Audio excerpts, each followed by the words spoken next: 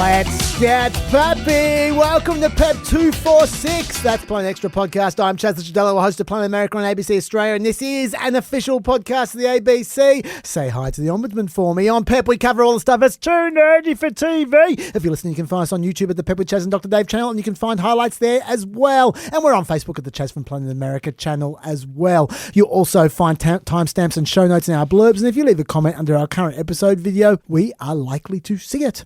You can also tweet us or blue sky us at PEPCHASDRDAVE. That's at PepChaz Dr. Dave. If you want to chat to some fellow peppers, you can join our Discord server. It's on the screen now or in the blurb of the podcast. If you want to contact me or Lucky privately, why not email us? The address is producer@pepthepodcast.com. That address again is producer@pepthepodcast.com. And do not forget to subscribe for all that peppy goodness. It all helps. And thank you very much. There have been a lot of subscribers recently. I can't believe you understand me when I'm reading that out. And we are recording this at 2 o'clock p.m. on Thursday Arvo or 10 o'clock p.m. on Wednesday night East Coast time. So it will be more than 24 hours old by the time you listen to it.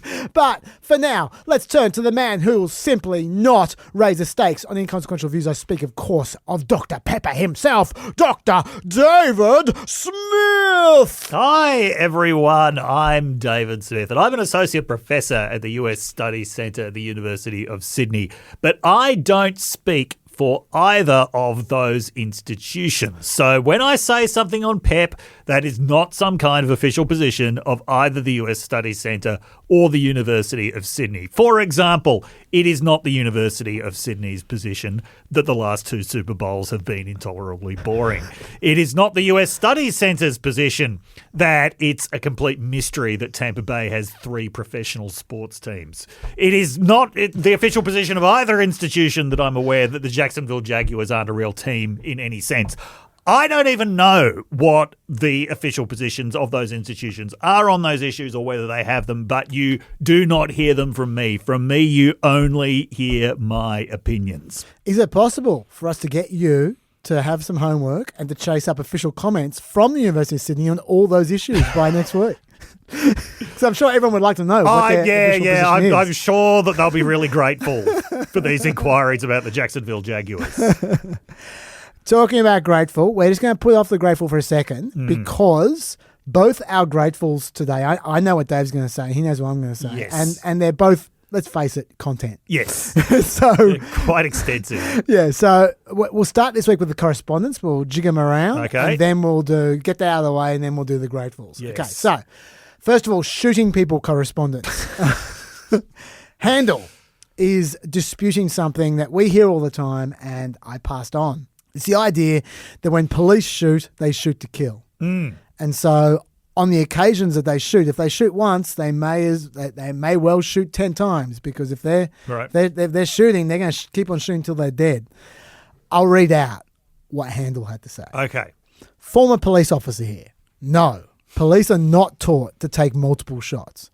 Police are taught that every shot must be justifiable. It might be that multiple shots are needed, but police don't just fire multiple shots. Also, when police shoot, it's not the case that they have made the decision to kill. Police do not shoot to kill ever. They shoot to eliminate a threat to themselves or others.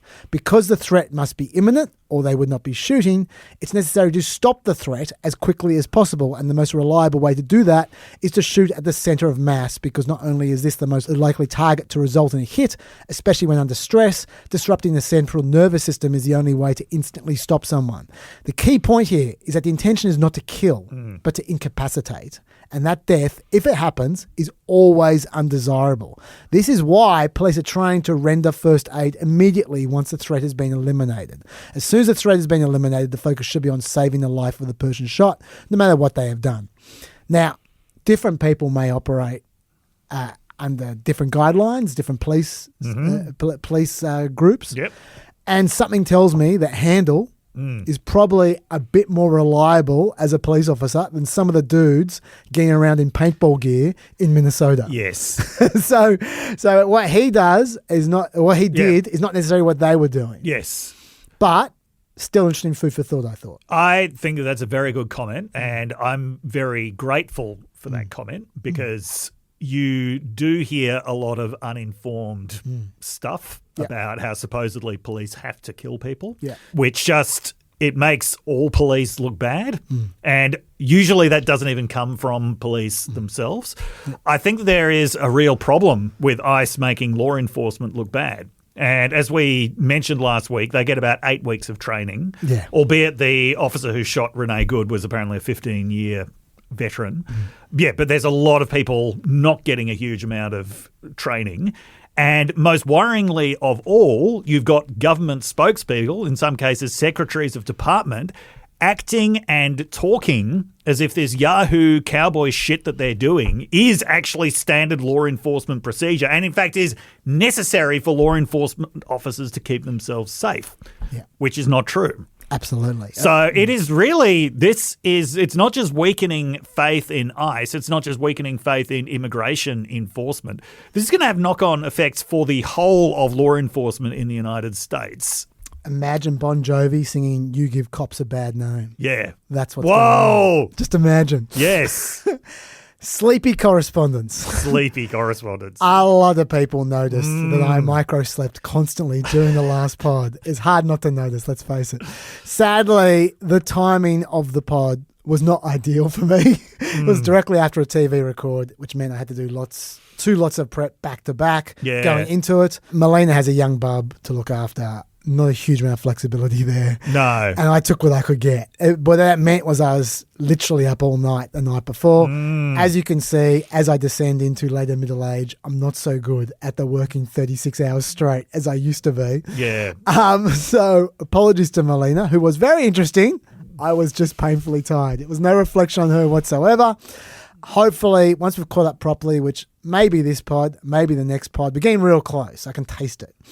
I can then chill out a bit and I'll put away the micro sleeps for 6 months at least. I remember many years ago, Dr. Carl Kruzelnicki, who our Australian leaders will know as this major science communicator, he did these very solemn ads for the Roads and Traffic Authority in New South Wales about the dangers of micro sleeps while driving. Could we get him to do an ad on the dangers of micro sleeps while podcasting? It does seem like I'm made for micro sleeping, given I can't drive. But yeah, this is the most dangerous thing I do. Yeah.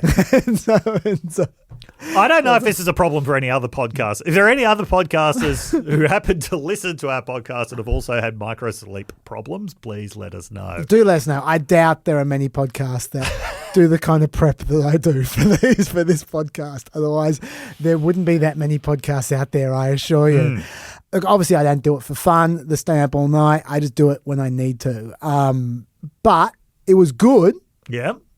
Because it did lead to comment of the week from Kevin. Okay. Who wrote in reference to the last pod's title. I'm not sure if you saw that. It was Every Bondi Hurts, like with a sort of like REM reference. Oh, yeah. And Kevin wrote, Everybody hurts sometimes. Chaz had an REM during the podcast. Excellent. Very well done. That's the sort of comment we like. Look, the rest of the correspondence was all Epstein related. Let's roll through it quickly. Okay. Hell Hippie makes a great point. I think we should put at the top of every single time we talk about the Epstein files and Trump.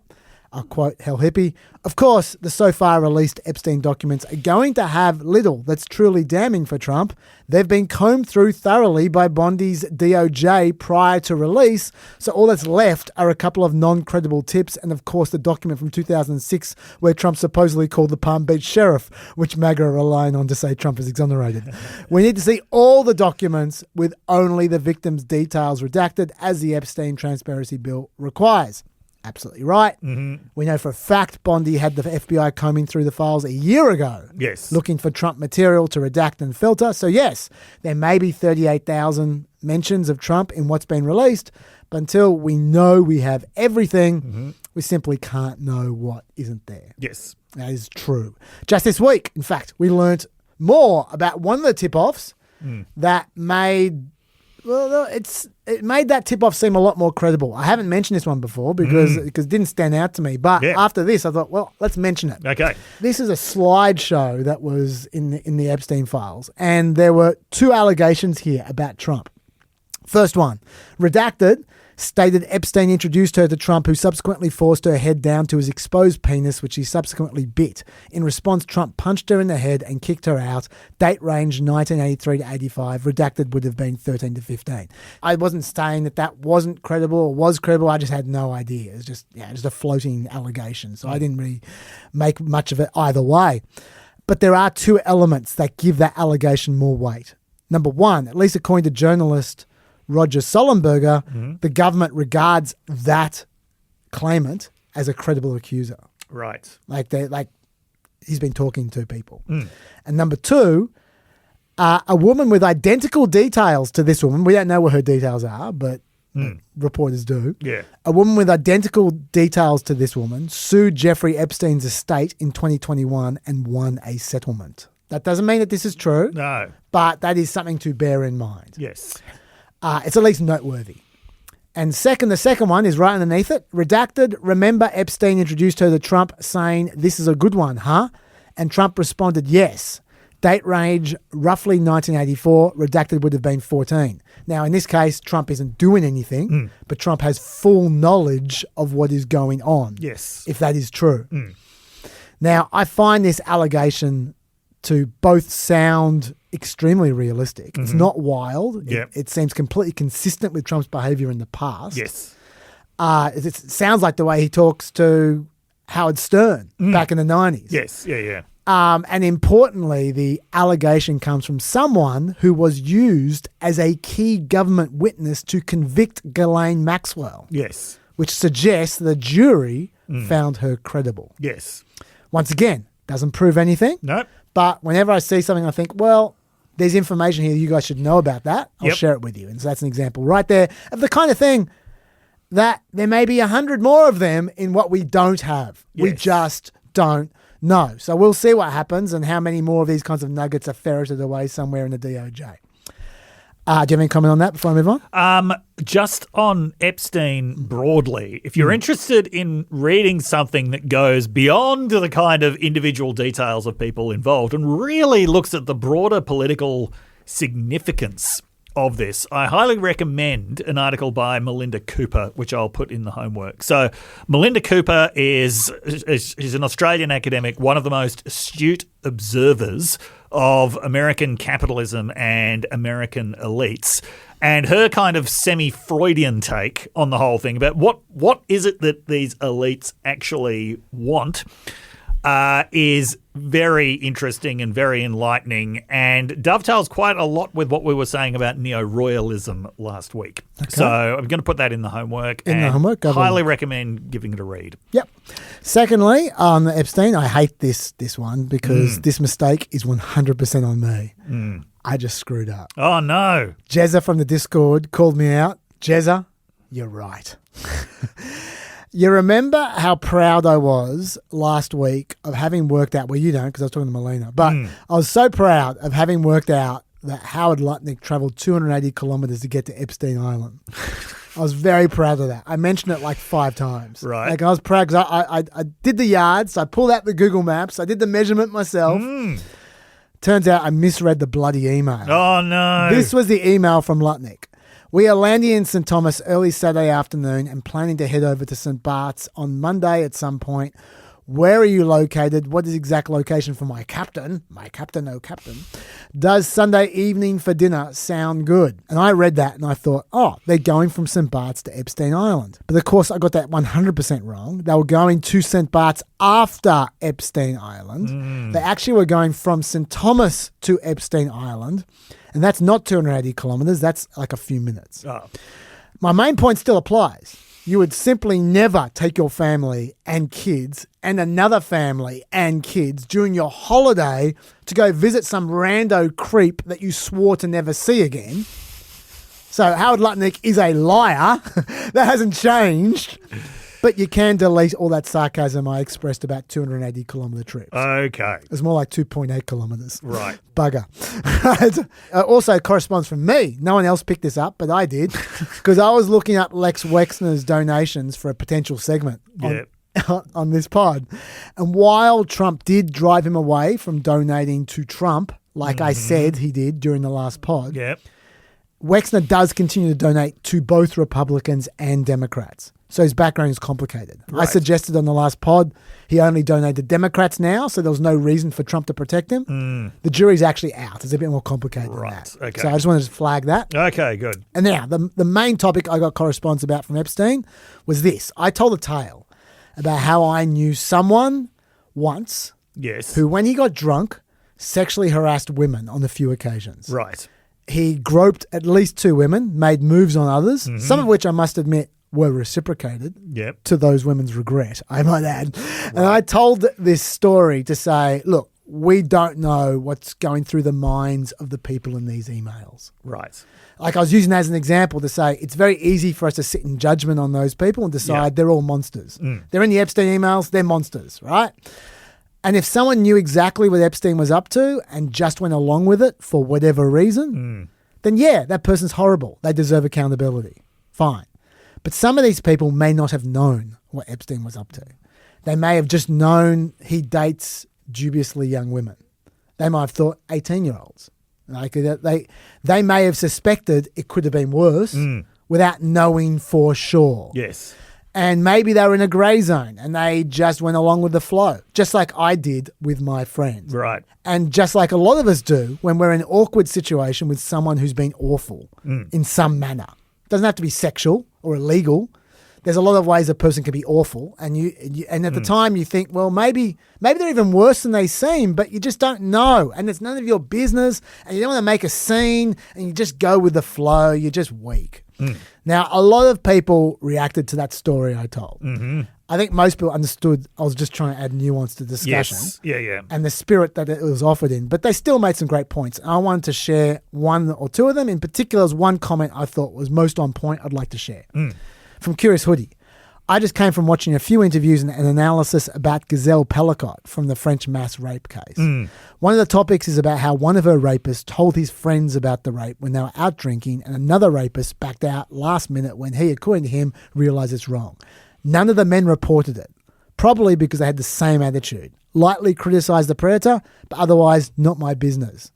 These are only 2 examples off the top of my head. This is the unspoken culture between men that protects predators, and in this case allowed this poor woman to be repeatedly raped for years until it was exposed only because of her husband's got caught for a lesser crime of taking upskirt photos. I'm not saying what Chaz's friend did was as bad or to dob them into the police, but there's more you can do than to just disguise your criticism as a joke. That's why I said I did. I criticised him a few times in a joking way.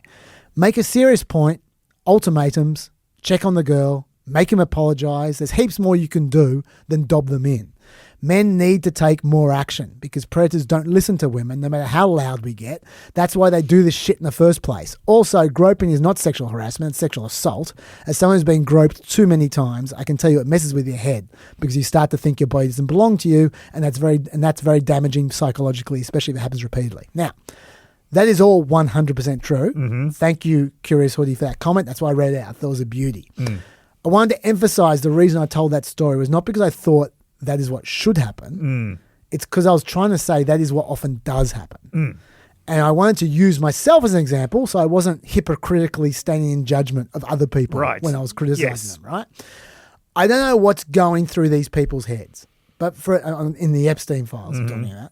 But for at least some of them, maybe they're weak, maybe they're flawed without being monsters. Maybe the behaviour of some of them is more normal than we would like to think it is. Maybe.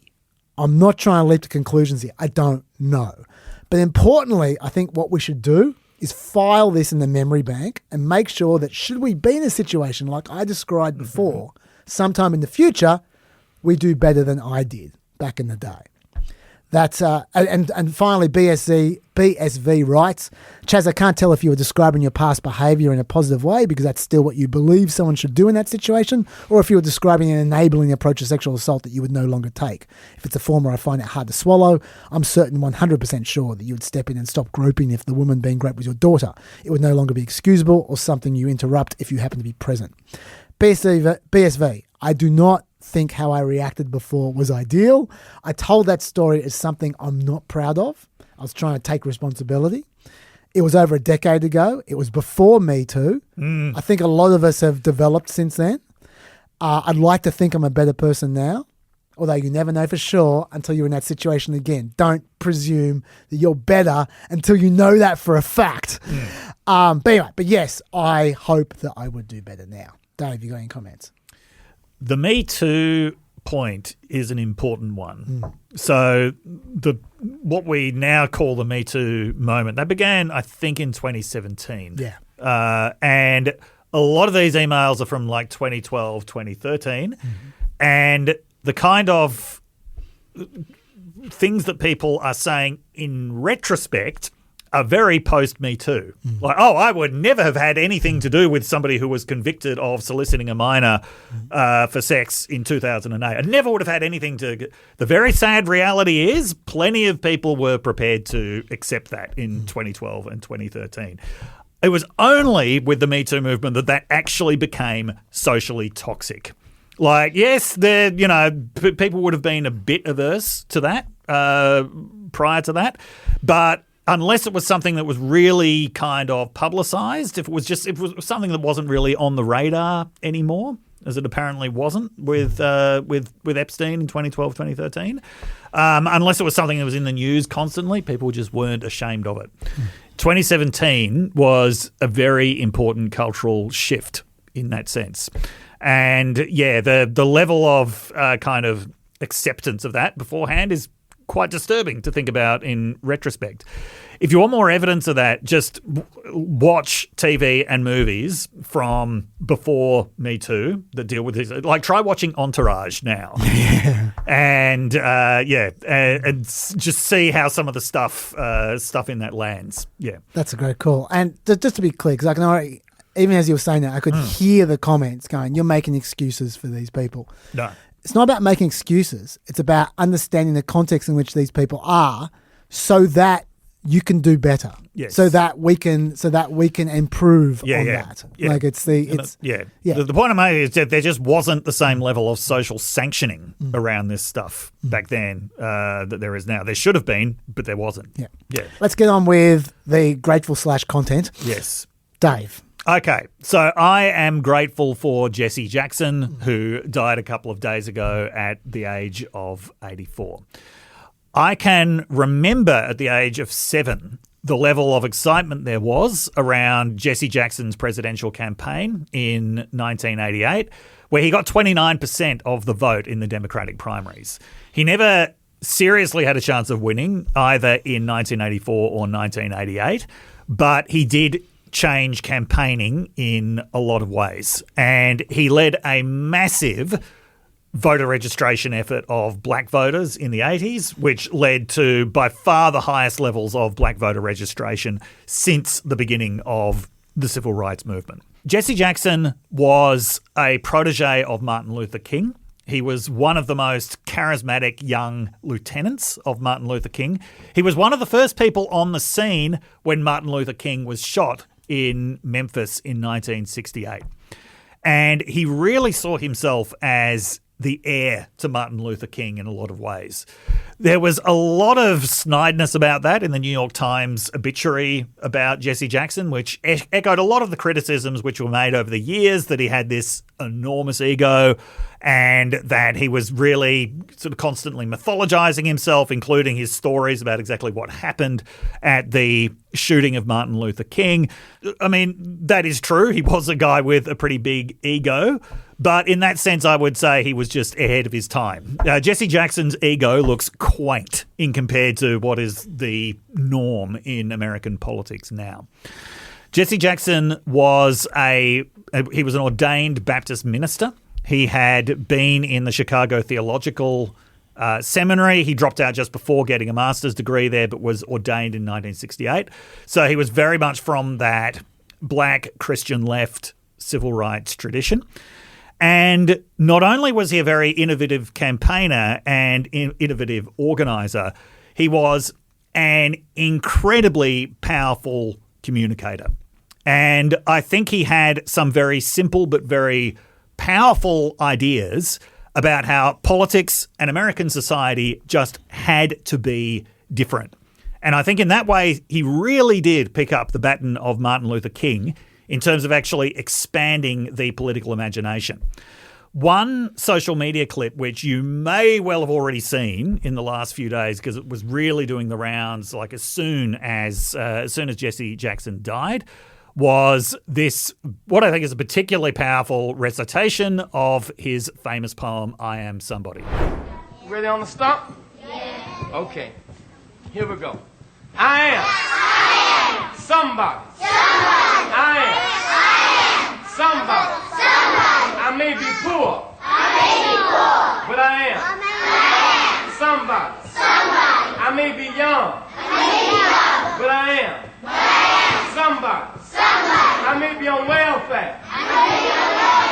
But I am somebody. I may be small. But I am somebody. I may make a mistake. But I am somebody. My clothes are different. My face is different. My hair is different. But I am somebody. I am black, brown, white. I speak a different language. But I must be respected, protected, never rejected. I am God's child. I am somebody. Give yourself a big hand. Now, right. yeah. Now that, in case you're wondering, that's Sesame Street. That is Sesame Street in 1972. Jesse Jackson would have been, I think, 31 years old at that time. That medallion that he's wearing It's a very big medallion. Yeah. That is a Martin Luther King medallion. Oh, okay. And I don't think you'd ever see that on kids' television now. I can't imagine that. The New York Times pointed out you probably wouldn't have either the references to God or welfare on Sesame Street now. But that is one of the most moving 1.5 minutes of children's television you'll ever see. Here is Jesse Jackson, civil rights leader, with a bunch of kids, getting them to loudly assert their political and human rights. And it comes down to this very simple message. I am somebody. Like, it doesn't matter who I am. It doesn't matter if I'm part of a minority. It doesn't matter if I'm poor. I am somebody. It's a very powerful message. That poem was actually based on another poem that was written by another Black American Baptist minister in the 1940s called William Holmes. And it was a very different poem that William Holmes wrote in 1940. So here's some of what he wrote. He said, I am somebody. I'm a poet in Langston Hughes. I'm a creator of rhyme in Paul Laurence Dunbar. I'm a Christian statesman in J.R.E. Lee. I'm a diplomat in Frederick Douglass. I'm a soldier in Colonel Young. I'm a courage in Crispus Attucks. Goes on and on. I'm a world record holder in Jesse Owens. I'm an orator in P. James Bryant. Okay, so he's got the same message, I am somebody. But all of the examples that he was using were very famous, accomplished, really widely respected African Americans. They were somebodies. Yes. What Jesse Jackson was saying is everybody is somebody. And I mean, he talks about, I'm on welfare. Welfare was so incredibly stigmatized in the 1970s, but I am somebody. I've seen versions of it where he says, I am unskilled, but I am somebody. There are versions where he says, I'm in prison, but I am somebody. And that was this basic message of the dignity of every human being, which was just so powerful. It's one of the things that makes him a genuine populist, and he's been widely and correctly described as a populist since his death. And I would say it wasn't just his ego that was ahead of his time. He was a populist ahead of his time as well. I think he would be a lot more politically successful if he was around, if he was a lot younger and around now and doing the things he did now than he was back then. And when I say he was a populist, just to flesh this out a little bit, I actually want to give you something from his 1988 convention speech where he's talking about foreign policy. By the way, I'm not saying this in a way that is calculated to make people like Jesse Jackson more, but I'm going to say he actually says some of the same things that Trump was saying about foreign policy back in the 80s. He says, I just want to take common sense to high places. We're spending $150 billion a year defending Europe and Japan 43 years after the war is over. We have more troops in Europe tonight than we had 7 years ago. The threat of war is ever more remote. Germany and Japan are now creditor nations. That means they've got a surplus. We're a debtor nation. It means we're in debt. Let them share more of the burden of their own defence. Use some of that money to build decent housing. Use some of that money to educate our children. Use some of that money for long-term healthcare. Use some of that money to wipe out these slums and put America back to work. I just want to take common sense to high places. If we can bail out Europe and Japan, if we can bail out Continental Bank and Chrysler, we can bail out the family farm. It does not make sense to be escorting all our tankers up and down the Persian Gulf, paying $2.50 for every $1 of oil we bring out when oil wells are capped in Texas, Oklahoma, and Louisiana. I just want to make sense. That is, sorry for not attempting to do that in Jesse Jackson's voice, because nobody can. That's pretty much what Trump was saying about foreign policy in the 80s. So Jesse Jackson was a populist in more ways than one. Speaking of Jesse Jackson's oratory ability, I also want to invoke the late PJ O'Rourke, the great conservative comedian who was writing in 1988 about the presidential election campaign. This is what he says about Jesse Jackson's rhetorical skill. He said, "I did, however, want to see Jesse Jackson speak. He is the only living American politician with a mastery of classical rhetoric. Assonance, alliteration, litotes, pleonasm, parallelism, exclamation, climax, and epigram. To listen to Jesse Jackson is to hear everything mankind has learned about public speaking since Demosthenes. Thus, Jackson, the advocate for people who believe themselves to be excluded from Western culture, was the only 1988 presidential candidate to exhibit any of it." Jesse Jackson was an incredibly gifted orator. This was one of the things that I knew about him even as a child. But he was also capable of, as we would say in Australia, taking the piss out of himself. On a few days after Dr. Seuss died in 1991, here is Jesse Jackson on Saturday Night Live doing a reading of Green Eggs and Ham. Tonight, rather than read from 1st and 2nd Samuel, I read from Sam I Am. According to the Latter-day Saint Seuss, you do not like green eggs and ham? I do not like them. Sam I Am.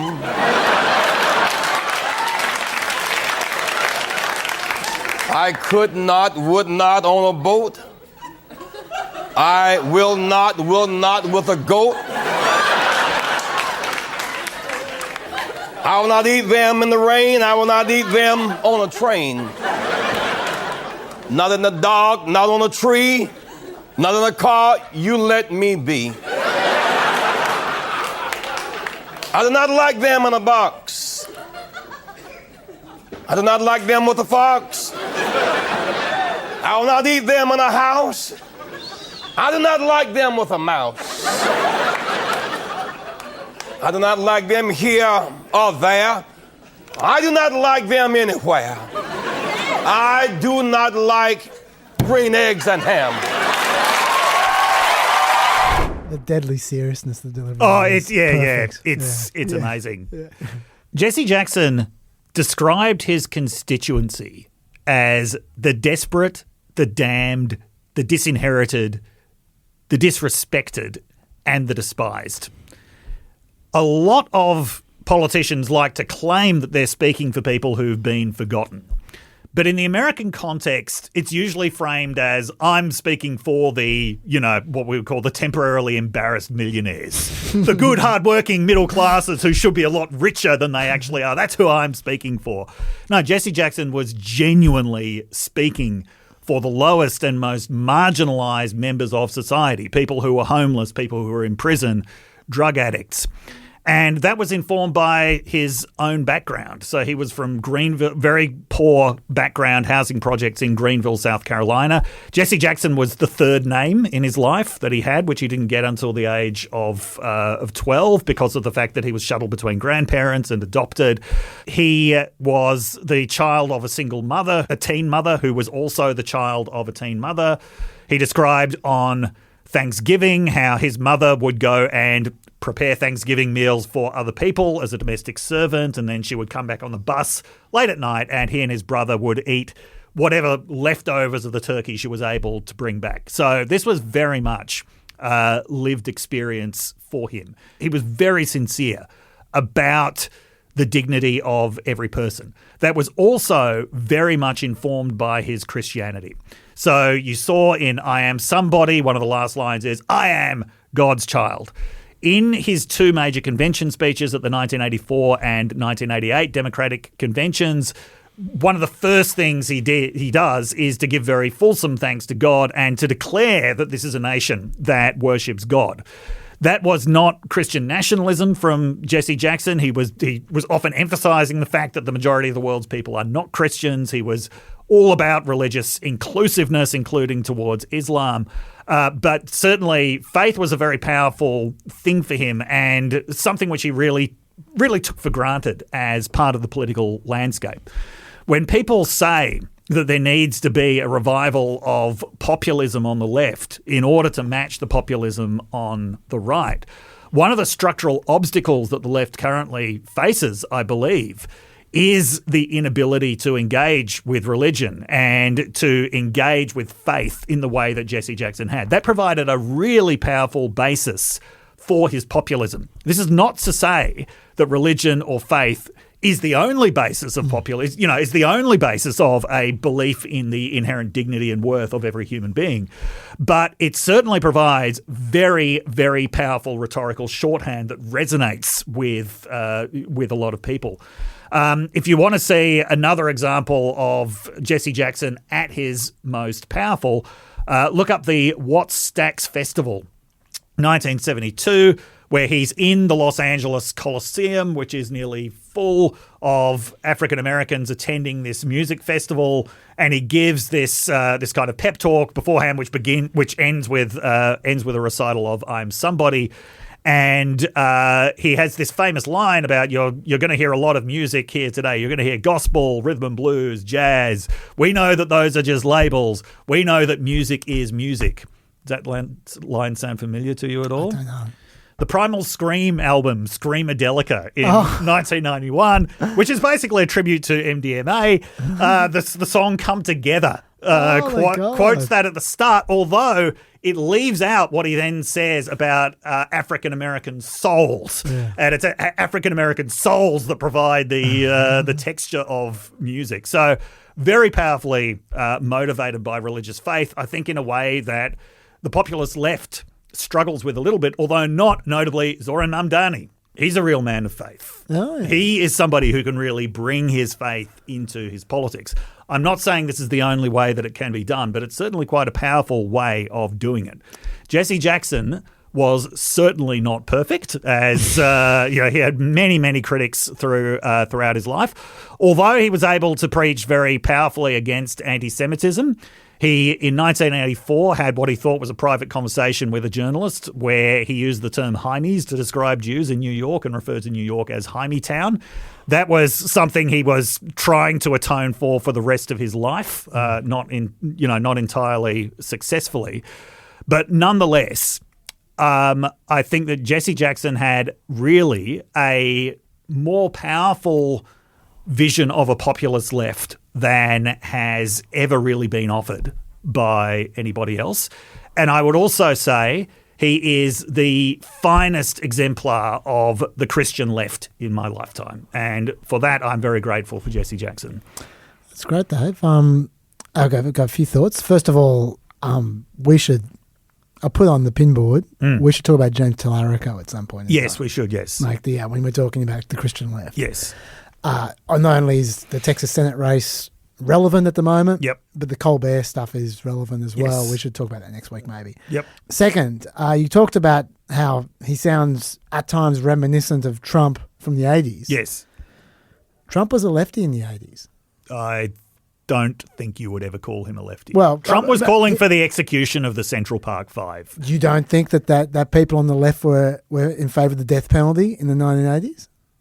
Being against the death penalty was actually quite a big thing on the left in the 1980s. I'm not talking about. There were heaps of Democrats. I'm not talking about the Democratic Party. There were large sections of the Democratic Party in the 1980s that had nothing to do with the left. But that's what I'm saying. And were active. But you were saying that Trump was a lefty. No, I mean he's a Democrat. Two very different Yeah, things I understand what in you're the 1980s. Yeah. Jesse Jackson tried to drag the party But to my the left. point is, Trump may well have taken that rhetoric directly from Jesse Jackson. I mean, if we're looking at the timeline, Trump's open letter it was in 1987. That speech is in 1988. But I don't know for how long before that Jesse Jackson was talking about that. Also, I mean, these were not obscure ideas in the 1980s. They weren't ideas that were taken up by either political party, but I'm not necessarily saying that either of them was responsible for them. Sure. Yeah. The other thing I was going to ask you a question, which is, you've spoken about his charisma, Yes. his ability to speak, the Yeah. populism. Yes. Look, I don't know how the politics worked in the mid-'80s. That's not my area. Mm-hmm. But presumably he would have received a fair whack of the black vote, I imagine. How did he only get 29% of the Democrat primary? I mean, I can see how Ronald Reagan might beat him in the general election, but in the Democratic primary, how did he only get 29%? 12% of the white vote. That was a significant improvement from the 5% that he got in 1984, but he got 12% of the white vote. And when you say that are you, let's be explicit here. Are you talking about Southern racism here? Is that what you're talking about, or? I actually don't know what the breakdown was. He did incredibly well in the South because of the fact that the majority of Democrats in the South are black voters. So he swept the Southern states in 1988. But one of the things about Jesse Jackson is he saw the absolute necessity of forming coalitions with poor white voters. So in 1984, he was going and speaking to indebted farmers in Iowa. And he actually did quite well in rural Iowa in the 1984 caucuses. He was having meetings where there were farmers turning up with brown paper bags over their heads because of the fact that they didn't want to be recognized by their creditors. He was always talking about farmers and always talking about white farmers. He really saw things in terms of commonality. That's like Trump as well, talking about white farmers, except they're South African. Yes.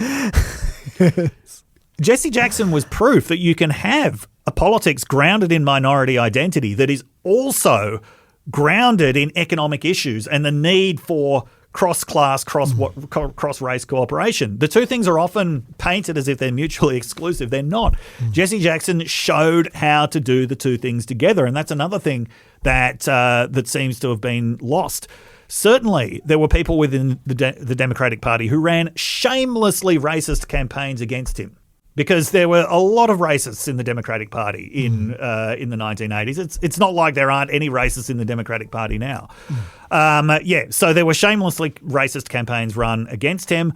A lot of white Democrats, even if they themselves weren't particularly racist, nonetheless, their belief was, look, this country is too racist. But they also saw him as too far left.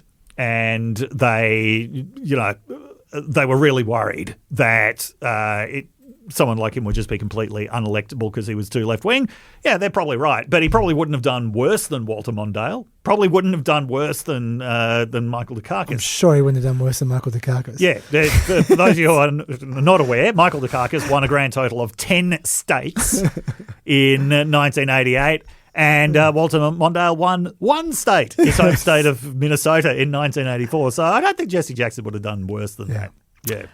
Okay, let's move on to my content / grateful. Yes. I'm grateful for some grand jurors, and let me go into some detail here. You might recall this online video from last year. We want to speak directly to members of the military and the intelligence community who take risks each day to keep Americans safe. We know you are under enormous stress and pressure right now. Americans trust their military. But that trust is at risk. This administration is pitting our uniformed military And intelligence community professionals against American citizens. Like us, you all swore an oath. To protect and defend this Constitution. And right now, the threats to our Constitution aren't just coming from abroad, but from right here at home. Our laws are clear. You can refuse illegal orders. You can refuse illegal orders. You must refuse illegal orders. No one has to carry out orders that violate the law or our Constitution. We know this is hard and that it's a difficult time to be a public servant. But whether you're serving in the CIA, the Army, or Navy, the Air Force, your vigilance is critical. and know that we have your back. Okay, there's a bunch of Democratic lawmakers there previously who worked in the military and intelligence, pointing out a bit of a PSA. We all presumed they were talking about orders to blow up alleged drug boats in the Caribbean. Yep. We didn't know that because they didn't say. No. At the time, I said I found that video kind of piss weak because if you think an order is illegal, then say it's illegal. Yes. Say the order. Say what's illegal. Explain why it's illegal. Yes. And then tell the military who they say they're talking to what they should do to resist. Yes. Like, beef it up. If you want to inform the military, inform them. Help them. To me, it looked like they wanted the credit for talking tough without having the guts to fully go through with actually talking tough. Yes. That's what it looked like to me. You might disagree with me on that. Last year, lots of peppers did disagree with me on that. But Trump had a very different reaction than you peppers and than I did. He tweeted out, "It's called seditious behaviour at the highest level. Each one of these traitors to our country should be arrested and put on trial. Their words cannot be allowed to stand. We won't have a country anymore. An example must be set." Just in case that was too restrained for your liking, an hour later he followed up with simply, "Seditious behaviour punishable by death." Talk about illegal orders. Now, just to be clear, this was not seditious behaviour punishable by death, in case you're in any doubt.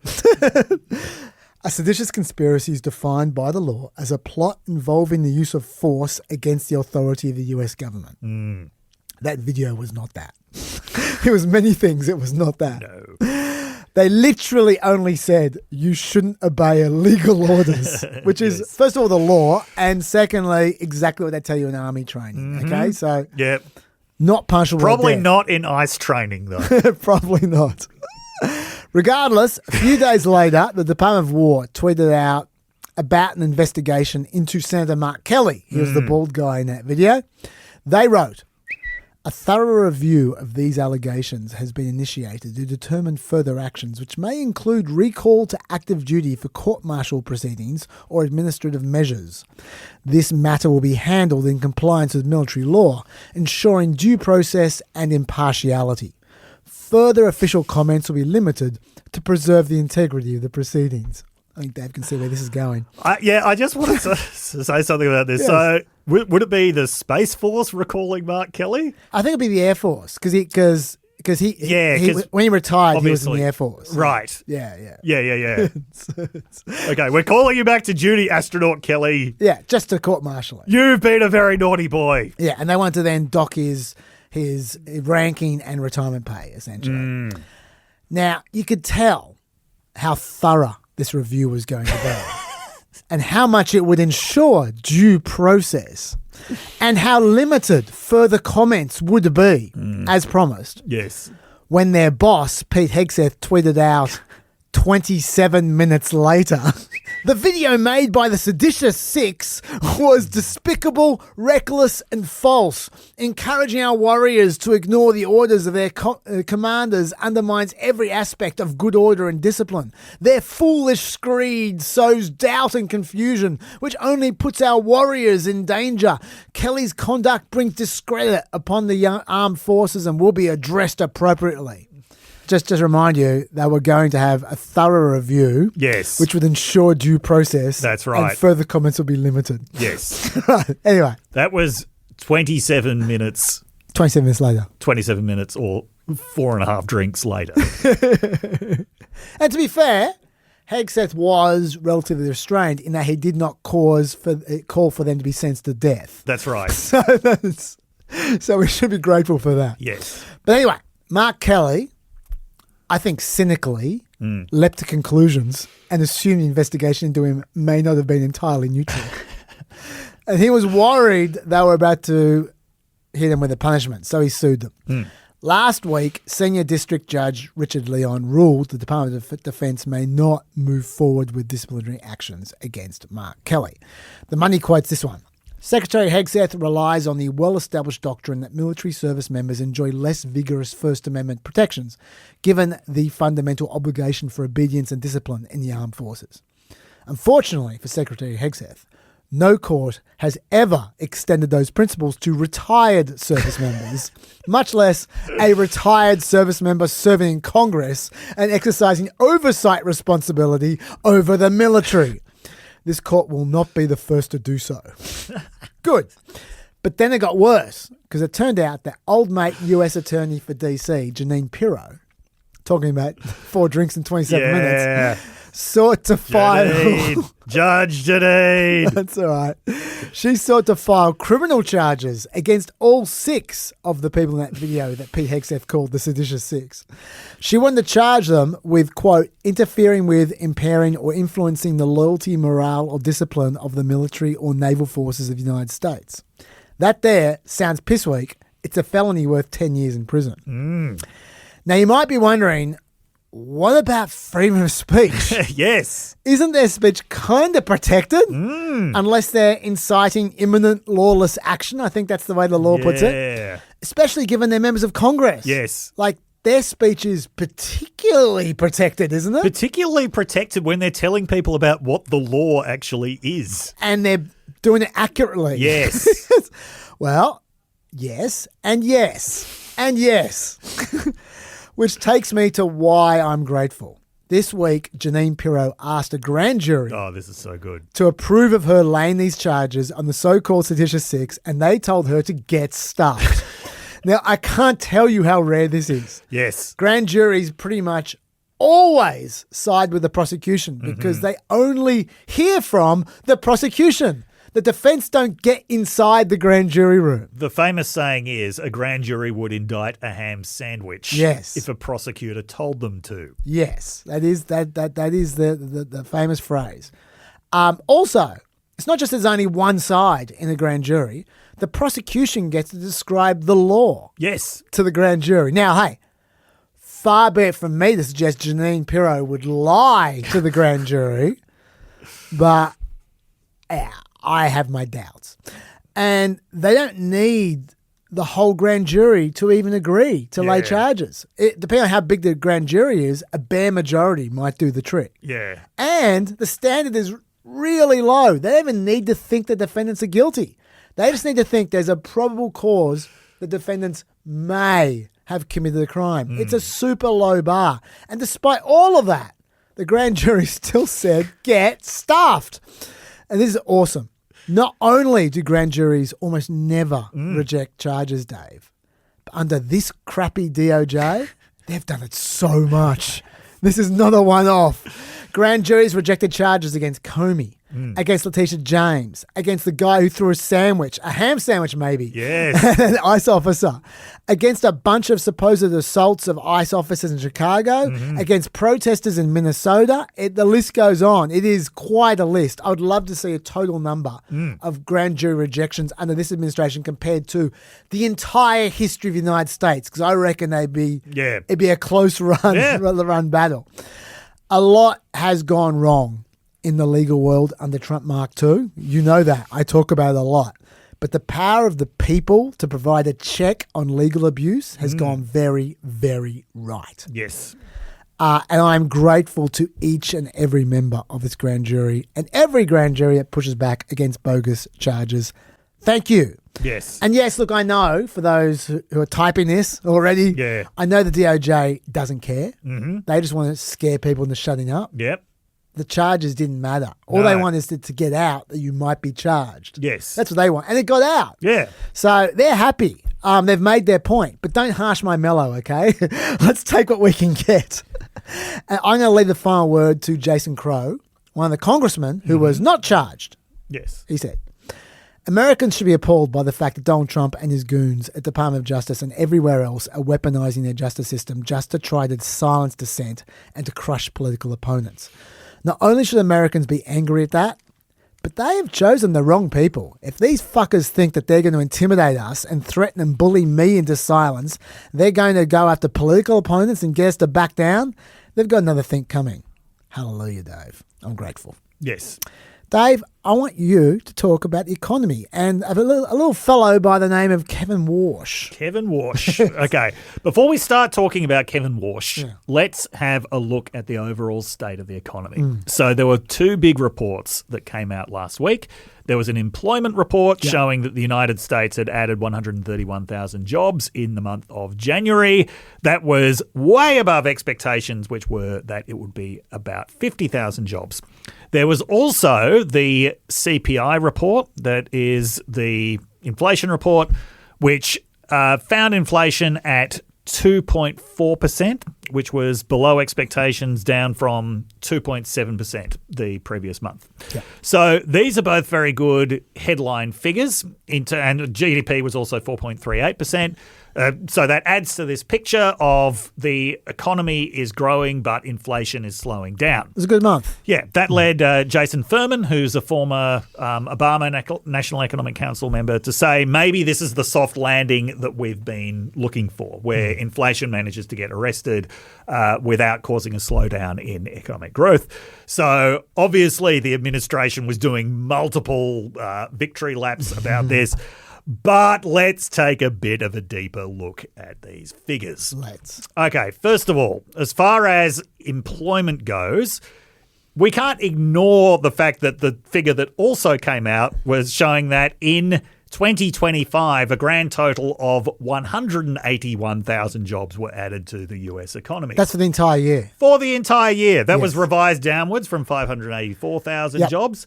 So you might be thinking that's a bit small, given that 131,000 jobs added this month. If you want to know how small that was, in the year 2024, 2 million jobs added to the US economy. Wait. Yep. That got revised down as well. Okay. That got revised to 1.2 million. So 1.2 million. But that's still a lot more than 181,000. Yes, that is. Yes. Yeah, that's still like 6 times the number of jobs. If you want to look at this on the graph, I've got a graph of the month-by-month jobs with the revisions in them. Yeah.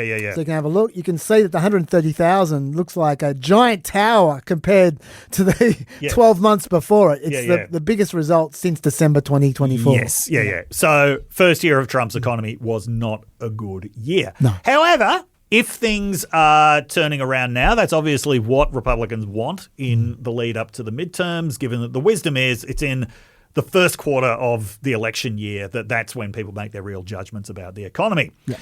But once again, let's have a slightly closer look at these figures. Yep. The 130,000 jobs that were added, 95% of them came from one sector. Want to take a guess at what that sector was? Oh, I know, because I've got a graph about it. Healthcare. Yes. So healthcare was the sector. Now, that's not to say that healthcare jobs aren't real jobs. They're very important jobs. They're very necessary ones, and in many cases, they're quite well-paying ones. Yep. Let's not do what Trump did to Biden, which is to say, I'm going to disregard all the decent unemployment results because all the jobs are either from the government or from the healthcare sector. They're still jobs. Yeah, they're still jobs and they're still important. But it does say something about the overall structure of the American economy. One of the things is it's consumption by older people that is driving it. So that is all of the healthcare jobs that were added in January. Well, not all of them, but a lot of them reflect increased healthcare spending by older people. Before you go on, can I show you that graph? Yeah, because this is an amazing graph. Yeah. This graph is showing you the total jobs created if you exclude healthcare jobs. Yes.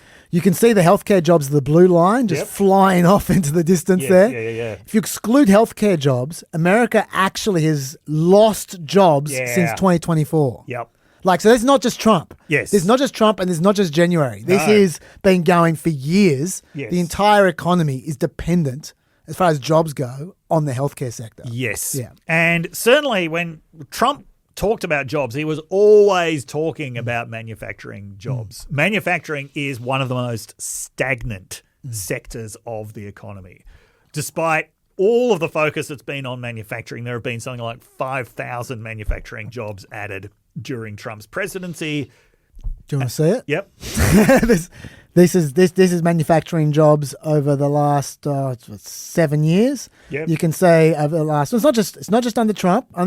Since 2024 essentially they've been going down, but they've been going down a lot under Trump. I think in this graph that you're looking at is just before these latest figures. I think, you tell me, you've looked at it closer than I have. I think the last figures, the manufacturing went up marginally. It was the first time it had gone up for a while. Yeah. But basically it's been going down the whole of Trump. Yeah, especially given the focus on the economy. Yeah. So that's the unemployment picture. Look, it's not too bad. Unemployment's at 4.3%, but it's not like there's some really widespread jobs renaissance happening. Definitely not. Actually, I'll show you one more graph. I know I've got all these graphs. You know, and I know people are listening to this, but I am explaining the graphs audibly as well. I've got blue collar graph here, which what this is not just manufacturing jobs. It's blue collar jobs generally. Manufacturing, construction, mining, transportation, and utilities combined. You can see the red line is them combined. Yep. You can see basically it's been going down all through 2020. Well, it went down from 2023.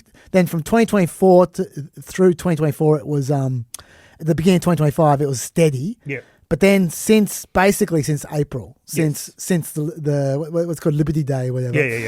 Liberation Day. Liberation Day. Yes. Since then it's been going down, and now they're actively losing blue collar jobs in its entirety. All blue collar jobs are becoming negative. Yes. Yeah. Yeah. Okay. So now let's have a look at inflation. Yes. The thing that was bringing the rate of inflation down was two sectors. So one was dropping oil prices and one was dropping values of used cars. Yep. Those were the two main things that were responsible. Prices for most other goods remained pretty high. Now, once again, those two things are not nothing, especially declining petrol prices. Petrol is now at its lowest price for 4 years, although it's still a lot higher than Trump's constant insistence that it's $2. He's always saying $1.80, $1.90. Yeah, no, it is a lot closer to $3. Yeah, it's gone down. He's dropped the price of. He's dropped it basically 50 cents a gallon. He's dropped, and he acts like he's dropped like $2 a gallon. Yes, yeah. Okay, so once again, that's not nothing, but it's also not enough to make people feel that life is getting easier. Because just put numbers on it. Energy over the last 12 months has dropped. Total energy, not just petrol. Total energy has dropped 0.1% for the year. So it's not. Yeah, no, not a huge savings. And when we're hearing all the victory laps constantly talking about prices coming down, no, they're not coming down. That's not what inflation dropping from 2.7% to 2.4% means. No. That means it's only going up at a rate of 2.4% rather than 2.7%. People are not seeing prices going down. They are seeing prices going up at what is still a really uncomfortable level for most people. Yeah. Now, when you talk about inflation, though, you obviously also have to talk about wage increases as well. Yes. And the administration is very big on the idea that for the first time in a long time, real wages are actually keeping pace with inflation or outpacing inflation. That is true for the top part of the income distribution bracket. For the lower part of the income distribution bracket, real wages are stagnant. That is, they are not keeping up with inflation, or they're just keeping a tiny, tiny amount ahead of inflation. I think that the Cleveland Fed had they had a report this week showing that it was it worked out at something like an increase of $1.36 per hour for people in the lower half of the income distribution bracket. The number I had here was, it doesn't dispute what you're saying. It's average hourly earnings. So that can be affected by the top part. It's increased by 3.7% over the past 12 months, which then you take 2.7% inflation off that. It means the real wages on average have increased by 1%. Yes. But as you say, if the top is increasing by more. The top is increasing. The top is increasing by more. Yeah. So this is why surveys keep reflecting that people still feel they are struggling in the economy. And what the Trump administration is doing now by pointing at GDP growth, jobs growth, and inflation coming down, this is exactly what the Biden administration was doing for 2 or 3 years. Yes. Talking about how great the economic numbers are when that is clearly not what is reflected in people's own experiences. I've got something cute about this. Yes. Given you, I wasn't going to mention this yet, but, but given you brought this up, Yeah. do you remember what the Biden administration's response was to people not taking seriously what they saw as a wonderful economy? No, I don't. That essentially their argument was, Yeah. the economy's great. It's just getting bashed to death by negative media and by Trump. Yeah. That's what Biden was saying. He was Yes. saying the negative Nancyism Yes. is making people not appreciate the good economy, Yes. which is why I found it so hilarious. Yes. When I found in my Twitter feed a little excerpt from Peter Navarro Oh, yes. saying this. The media's got to take some responsibility here, and the Democrats. To the extent they keep bashing us, irrespective of the data, that's going to drag down confidence. It's like, come on, like see the data, speak the data, be real. Trump economy, perfect, best year since '98. Will top that. It's probably one of the best years in modern American economic history. Not hyperbole. That's what the data's telling us. It's perfect. Perfect. I found that very funny.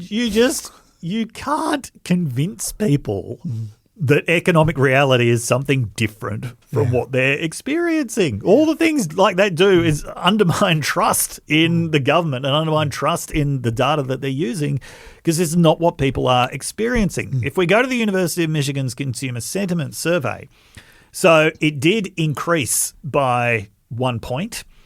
But Joanne Shu, who is the head of the survey, she pointed out that it's still 20 points below where it was in January last year. And she pointed out that surge was driven almost entirely by people who own stocks. That's interesting. What about the Dow? What about the Dow? People without stocks, they said the sentiment was either dismal or getting worse. Pam Bondi is going to be very disappointed in those people. Yes. Yeah. So I'm not sure what the exact percentage of Americans is who do or don't own stocks, but it's a large number of Americans who don't own stocks. Well, especially given you just said that the wealthy people, their wages are going by more. Yes. They're the ones with the stocks. Exactly, yes. And then they have poor confidence. Yes. Now, just quickly, Yeah. on the Dow, Yes. just given we brought it up. yeah. I brought it up. For those who are sitting there going, yeah, what about the Dow? Why haven't you mentioned the Dow? Can I just say, Pam Bondi, I know you're a pepper. And I know you're very interested in hearing about the Dow. Not only is general growth, basically, of the stock market, I've said this last time, generally in line with the last few presidencies. But here is a graph, which I'm going to have to describe. Yes. And that is, if we look at the S&P 500 in 2025, Lockie, if you bring that up, this is the blue line, compared to the equivalent indexes for the rest of the world in 2025. That's the yellow line. You'll see that there's a 17% rise in the American stock market in 2025 compared to a 30% rise in the rest of the world. So that's all you need to know about the Dow. Yes. Pam Bondi. Anyway, go on. Yeah, and I mean, just on the point about the stock market, there's a lot of talk at the moment as well about how much the stock market is being driven by AI. And, the word bubble is used quite a lot in that discussion. We can save that discussion for another day. But it's also to point out that even that is mainly being driven by one sector as well. We're not talking about that it's a measure of across the board economic health. So before we get to some more specific issues, just, overall what you would say about the economy is it's not disastrous. No. It's pretty good by a lot of measures, but it's a lot like the Trump economy of the first term, where it's pretty much a straight line continuation of what had been going on for the previous 3 years under the previous administration, which then gets hyped up by the Trump administration as the bestest, most perfect economy ever. If you go back to PEPs during the Biden administration, particularly in 2023 and 2024, you will be able to hear us talking about the fact that the economic numbers clearly were not expressing what people were actually experiencing at the time. And we were talking about what a mistake it was for the Biden administration not to be able to acknowledge that. Yeah. Same mistake is being made. Okay, before we get on to Kevin Warsh, Yes. I want to talk about Kevin runner-up Hassett. Okay, but before you do that, Yes. I got two things I want to say about what you just talked about. Yes. The first of which is, while the inflation result, 2.4%, perfectly fine. Yep. It's better than 2.7%, which was the month before. Yep. Nothing's run away. Like you said, it's the Angie that's keeping it down. But even Yes. like food prices are like, they're like up like 2.9% for the year. It's not not out of control. Yeah, yeah. It's all fine. But that's this month. Yes. And the month before, the producer price index, which is the price paid to domestic producers, so that often filters through in future months. Yes. Had a big spike. Yep. What I mean by that was the producer price index went up 0.5% for the month of December, or 3% for the year. The core producer price index, which is removing shelter and food and energy, moving food and energy. Yes. It was 0.7% for December, or 3.3% for the year. So it's possible that February might be a different number. Yep. And I'm not just doomsaying here because it's a Republican or whatever. Like, just it's stupid to only take 1 month. Yes. You've just got to look at the trend over time. And, and we'll see over the coming months. But I just want to flag that. And speaking of over time, it's being increasingly pointed out, affordability is... It's not even a problem just of the last few years. This is actually a perennial problem with the American economy. It's just been a lot more emphasized now. Yeah. Yeah. The other thing I want to say is, even though I agree 100% with how you describe the economy, which is it's fine, continuing on the trends of what was there before, the people do not think that. And I've got some polling to back that up. Yeah. NPR, Marist, PBS, 59% of Americans disapprove of Trump's economic policies. 59%. YouGov's got a graph here of net economic approval, minus 23% at the moment, and flying down. It's been going down the whole administration. It's never going up. That's not good. Yeah. Pew. 52% of adults say Trump's policies have made the economy worse. Yes. 28% say they've made it better. Only 57% of Republicans say Trump's policies have made the economy better. Yes. And even bare majority. Even fewer of them say that it's made it personally better for them. There you go. Yes. CNN poll, 58% called Trump's first year a failure. New York Times, 32% say America is better off than a year ago. 49% say it's worse off. And this one's going to hurt. Rasmussen, of all the polls. Wow. 27% see this as a golden age. Compared to 58% who say it's not. And Lockie's looking at me, give me that look of recognition, because he knows what 27% means. 27%, Dave, is famously in blog world in America, the crazification factor. 27% is what Alan Keyes won against Barack Obama back in 2006, when Barack Obama was the perfect Senate candidate and Alan Keyes was the biggest nutcase imaginable, and they ran against each other, and Alan Keyes won 27%. And so the blogosphere ever since then said 27% is basically as low as you can go. Yes. Because there are 27% crazy people who just vote for anything. And 27% say it's a golden age. Exactly 27%. And get this. Still talking about Rasmussen here. 48% say Joe Biden was a better president than Donald Trump. To 40%. Whoa. That's Rasmussen. So, now, normally the historical reassessment doesn't happen that quickly. Yes. No, it doesn't. This time it is. Tariffs obviously feature in this. Yeah. NPR, Marist, PBS, 56% of Americans say tariffs hurt the economy.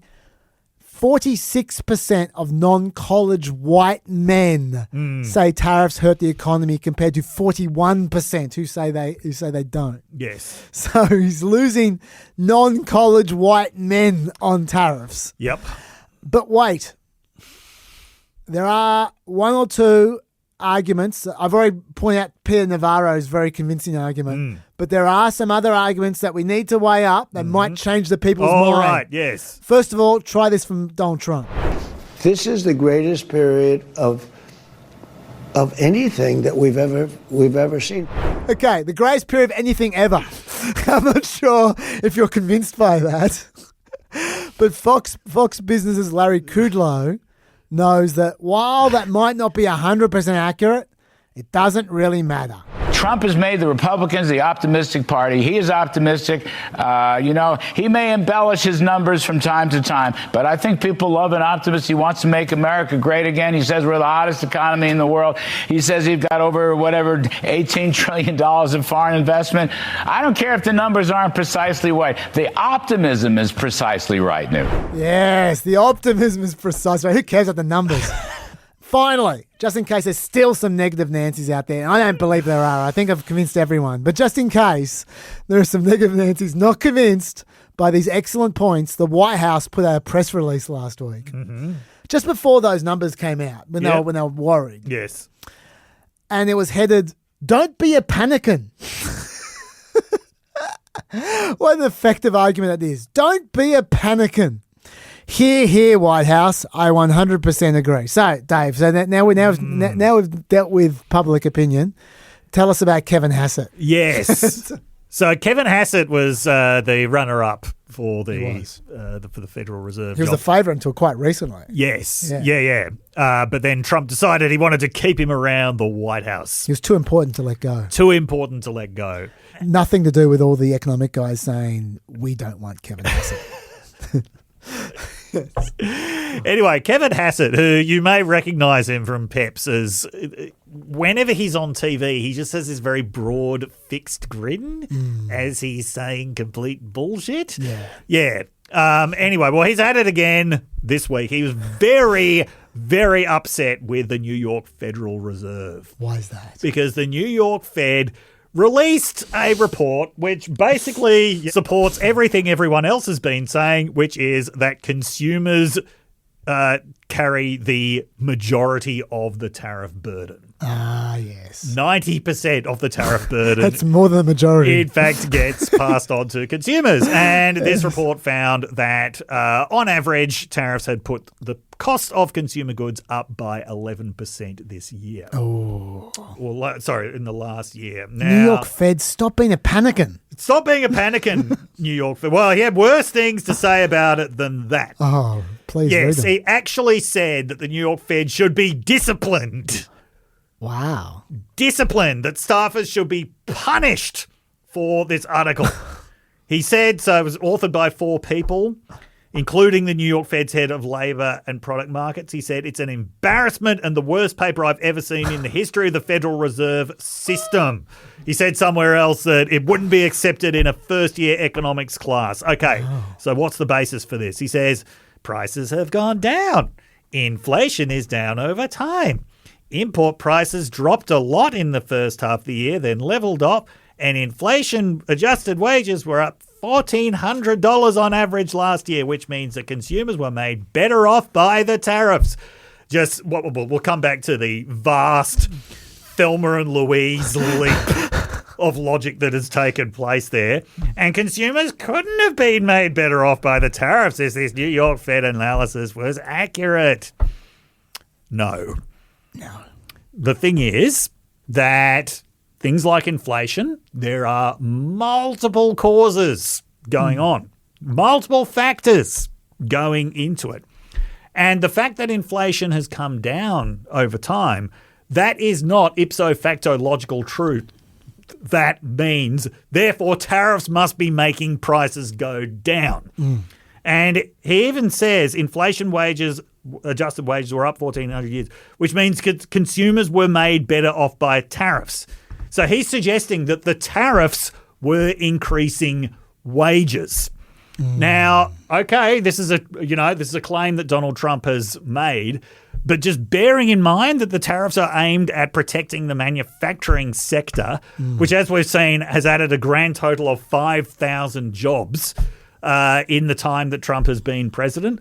I doubt that is what's behind. I doubt that tariffs are what's actually behind the real wage increase. I think there are a lot of other factors behind the real wage increase. I don't even understand the mechanism by which tariffs would be increasing wages. Would be increasing wages. Yeah. Well, no, you don't have to think about it very much. Yeah. No, the only mechanism could be if the sectors that the tariffs were trying to protect were all of a sudden, as a result, Americans were buying far more of those goods domestically, which they are not. And so therefore wages were going up. But no. Even people who say that will happen say that will take a very long time. Yeah. The fact that they increased consumer goods by 11%, that doesn't say anything about what is happening to inflation in the long term. What that is saying is that without the tariffs, inflation would have dropped further faster. Right. So it's not that tariffs are what's putting inflation down. Tariffs might be the thing that is continuing to actually prop inflation up. Yes, of course. Now, it is true that tariffs have not increased inflation as much as many people thought they would. As much as I thought they would. Yeah, as much as I thought they would either. But now, there is also a potential explanation for that, which is companies bought a lot of inventory from overseas last year before tariffs kicked in. There are certainly reputable economists warning that basically what's been happening over the last year is that companies have been working their way through that inventory. Sure, they can't still be working their way through it. It's like 8 months. There's got to be a limit. Well, maybe there is. But this is just a way of saying that it is possible that the full effects of inflation haven't actually been felt yet. Sure. But anyway, Kevin Hassett is very angry with the New York Fed. You know who else is angry? Jamison Greer. Oh, yes. He's the trade guy. Yeah, he is the trade guy. New York Times actually had a very good article this week about why he's been so effective. His background is as a military lawyer. Okay. And a former Mormon missionary. Former Mormon missionary, military lawyer, very calm under fire. There are a lot of admirable qualities about Jamison Greer. However, being a military lawyer isn't particularly good background for trade economics.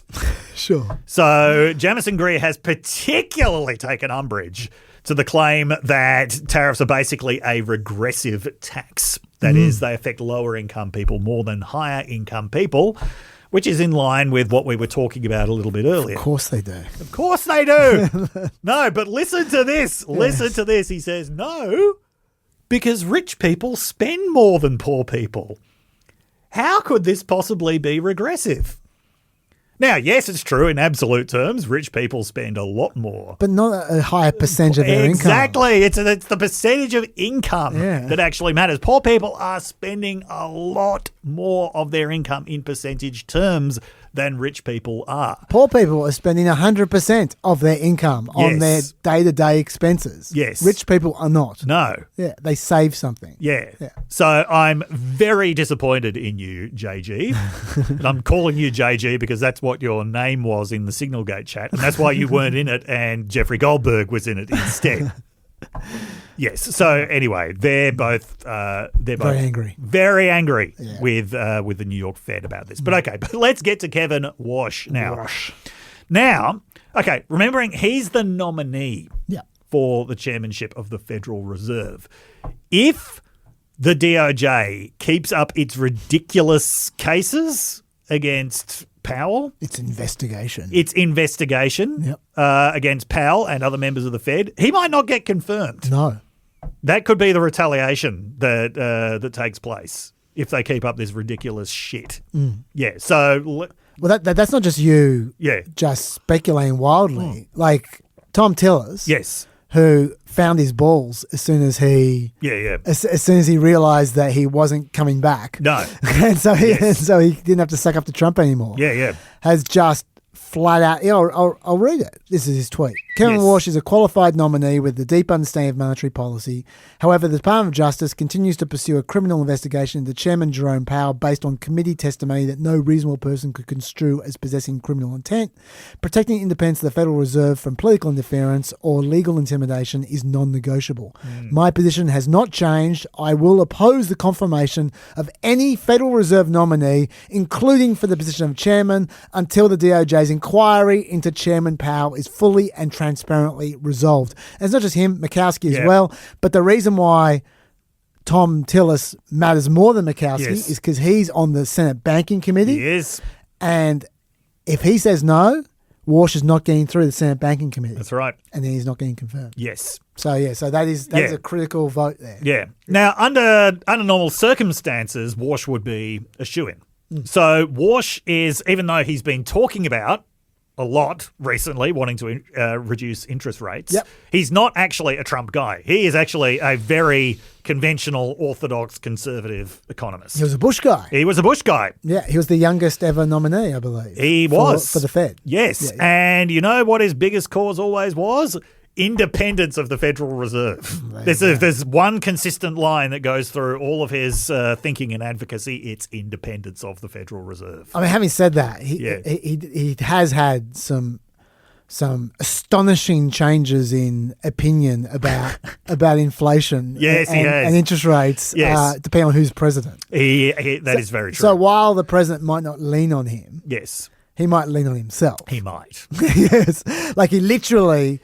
literally when Trump was first there, he was. I think under Obama, he was a massive inflation hawk, like saying, "Oh, inflation's a real concern." Very, very skeptical of quantitative easing. Yeah. Then as soon as Trump came in, it was, "Oh, well, who cares about inflation? Let's lower interest rates." And then when Biden came in, he was an inflation hawk again. Yeah. And then in September. In fact, in September 2024, he criticised the Fed for cutting interest rates prematurely. He said, "Yeah."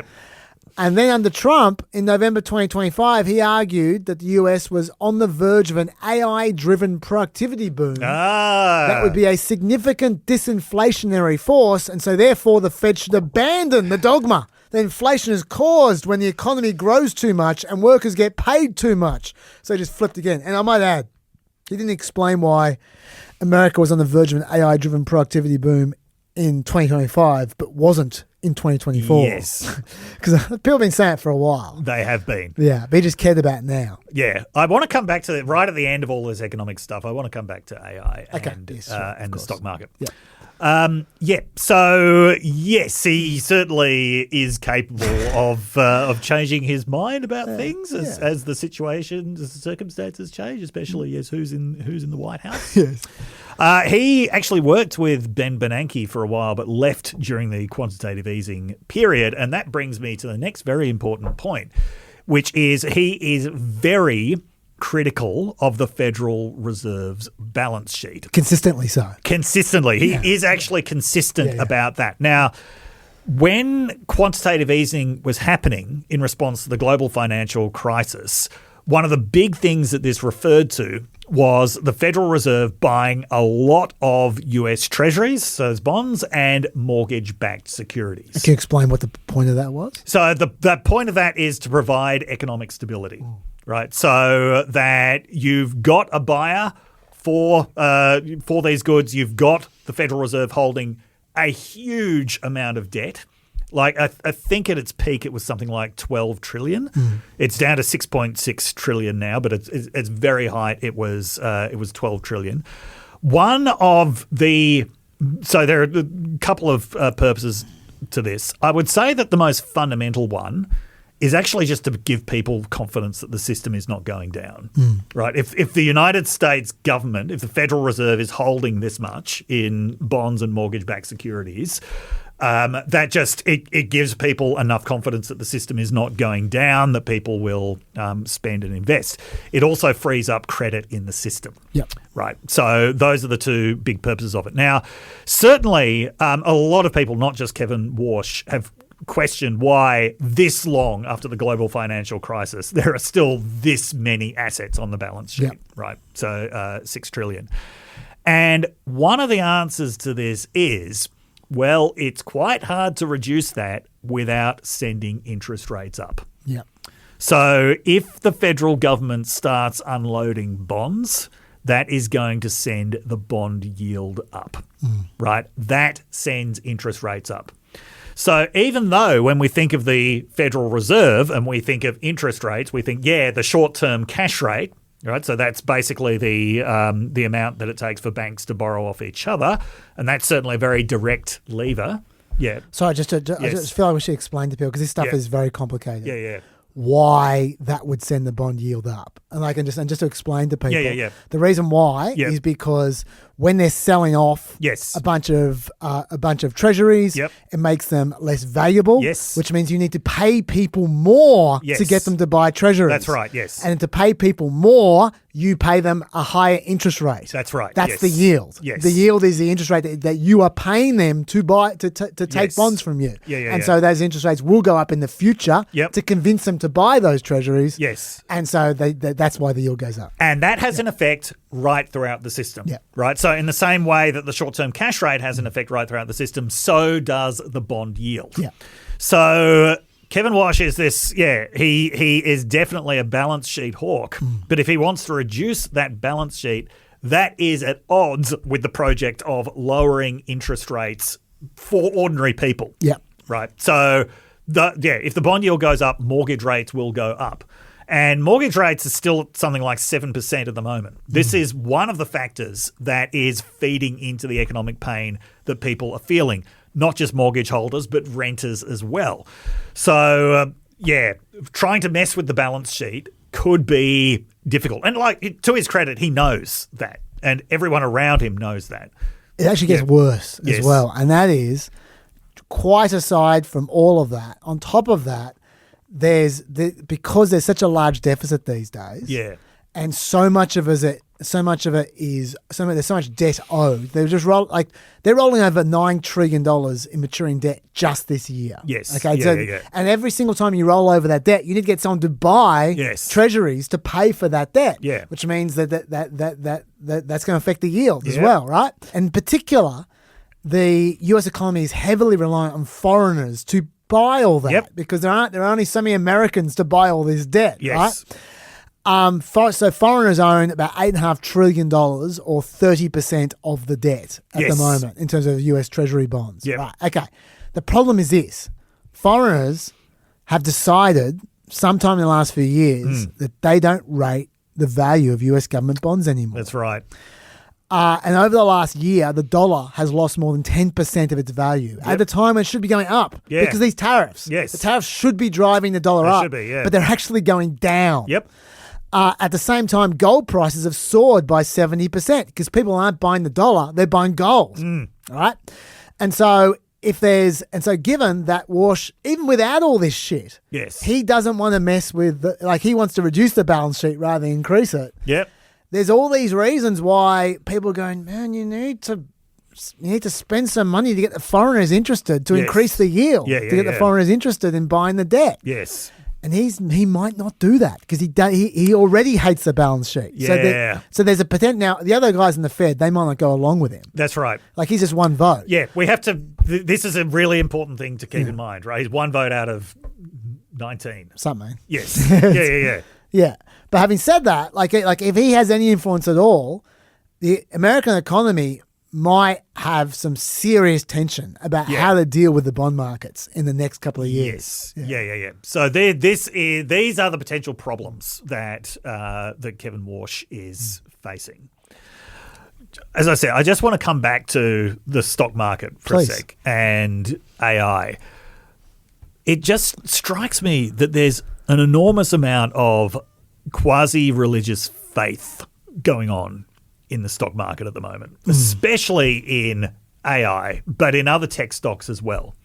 So what is driving this is not the profitability of AI now. Far from it. It is very unprofitable at the moment, not just in terms of the cost in power and data centers and whatever. Most people are not paying for AI. No. And most people aren't showing much of an inclination to pay for AI either.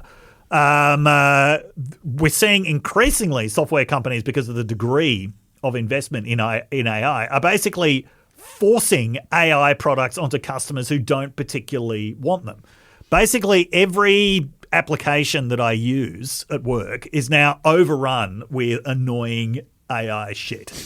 Like when I open up an academic article, it's because I want to read it. Yes. I don't want Acrobat telling me, "Oh, don't read this, you loser. Let me summarize it for you."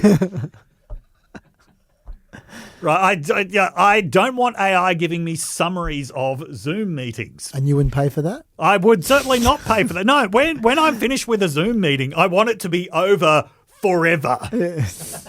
Right? When I get the thing at the end of the Zoom meeting saying, "But how was your experience?" Great. I just click great just to say, "Please go away." Because the last thing you see at the end of a Zoom meeting is everybody's horribly frozen faces.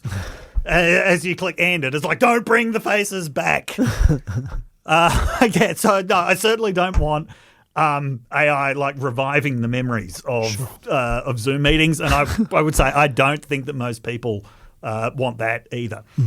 Yeah, so basically we're having AI foisted on us, but people aren't showing a great willingness to pay for this, with the exception of Tyler Cowen, who has made the paid-up version of ChatGPT into his best friend and the greatest conversant of all time. Yeah. This is not how most people seem to be experiencing it. So there's this enormous amount of faith that it is just going to be spectacular in the future, but it's running up against hard limits.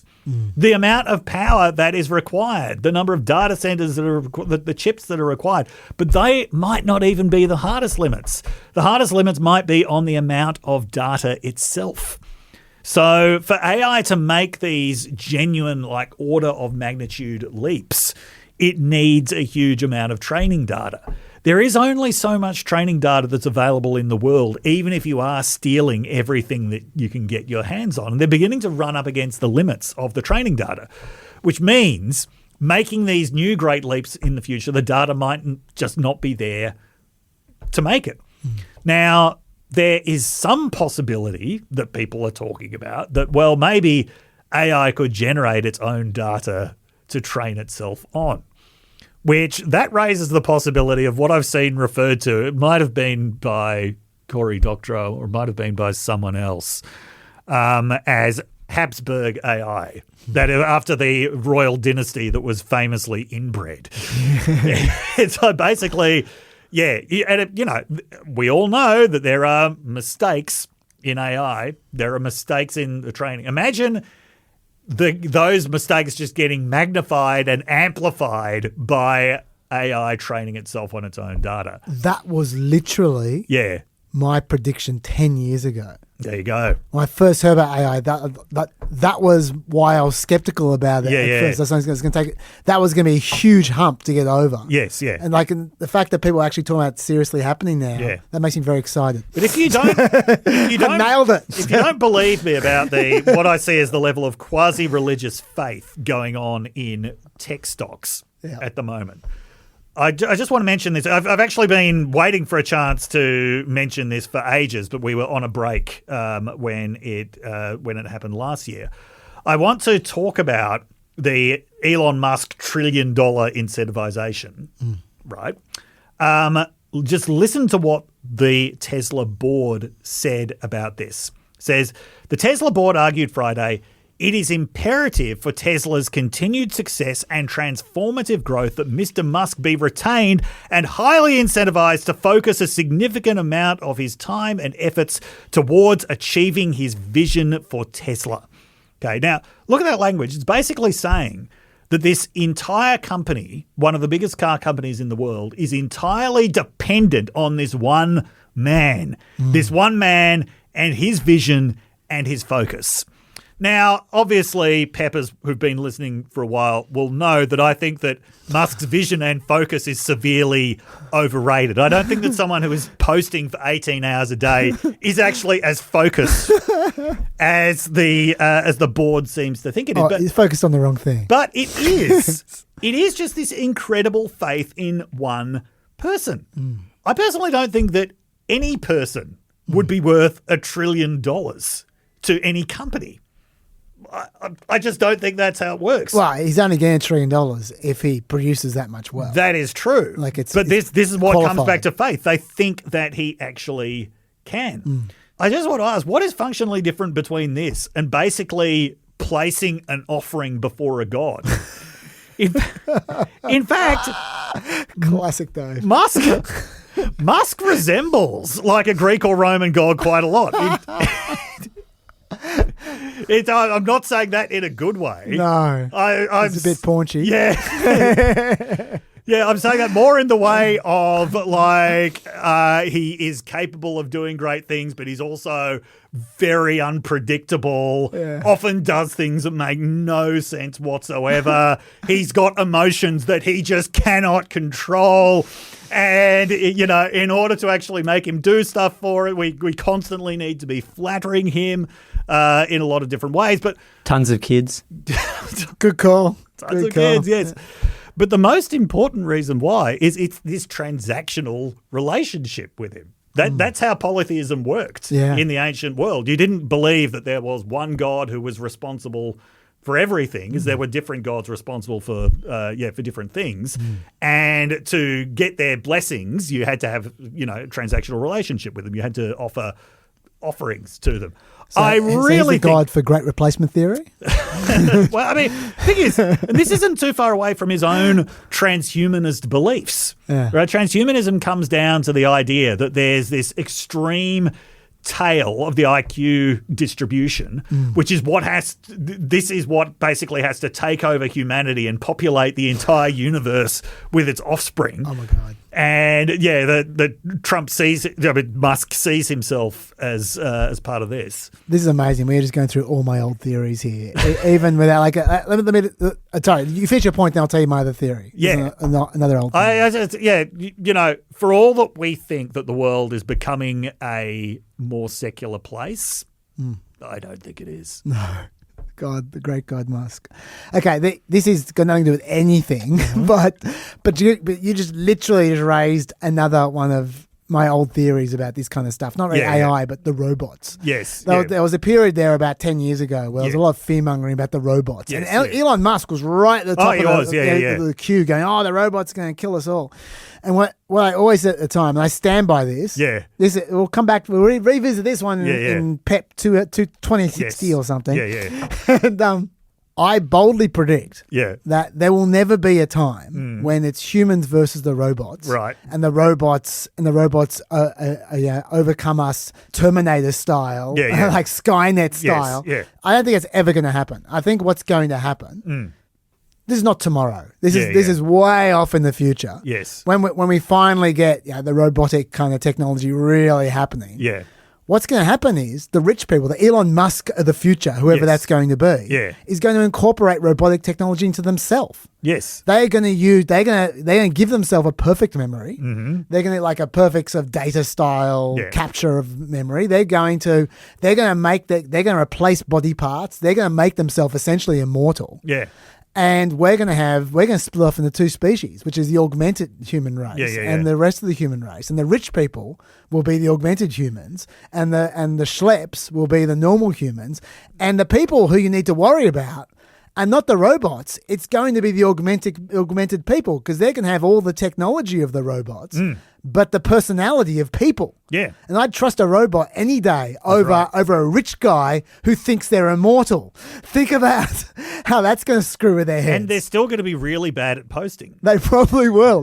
So that's my dystopian view of the future of 200 years' time, is that we'll be oppressing each other. Yes. It's not going to be robots oppressing people. It'll be robot humans oppressing human humans. Yes. And so we'll see. I agree with that. And I remember saying on PEP a couple of years ago, the panic scenarios about AI and robots, basically you assume once they get powerful enough, they're going to kill everyone. That's just a projection of their own psychology. Totally. Of people like Musk. Like, what would I do if I was really powerful? Well, obviously kill everyone. Oh, holy shit. If these robots get really powerful, they're going to kill everyone. Yeah. Guys!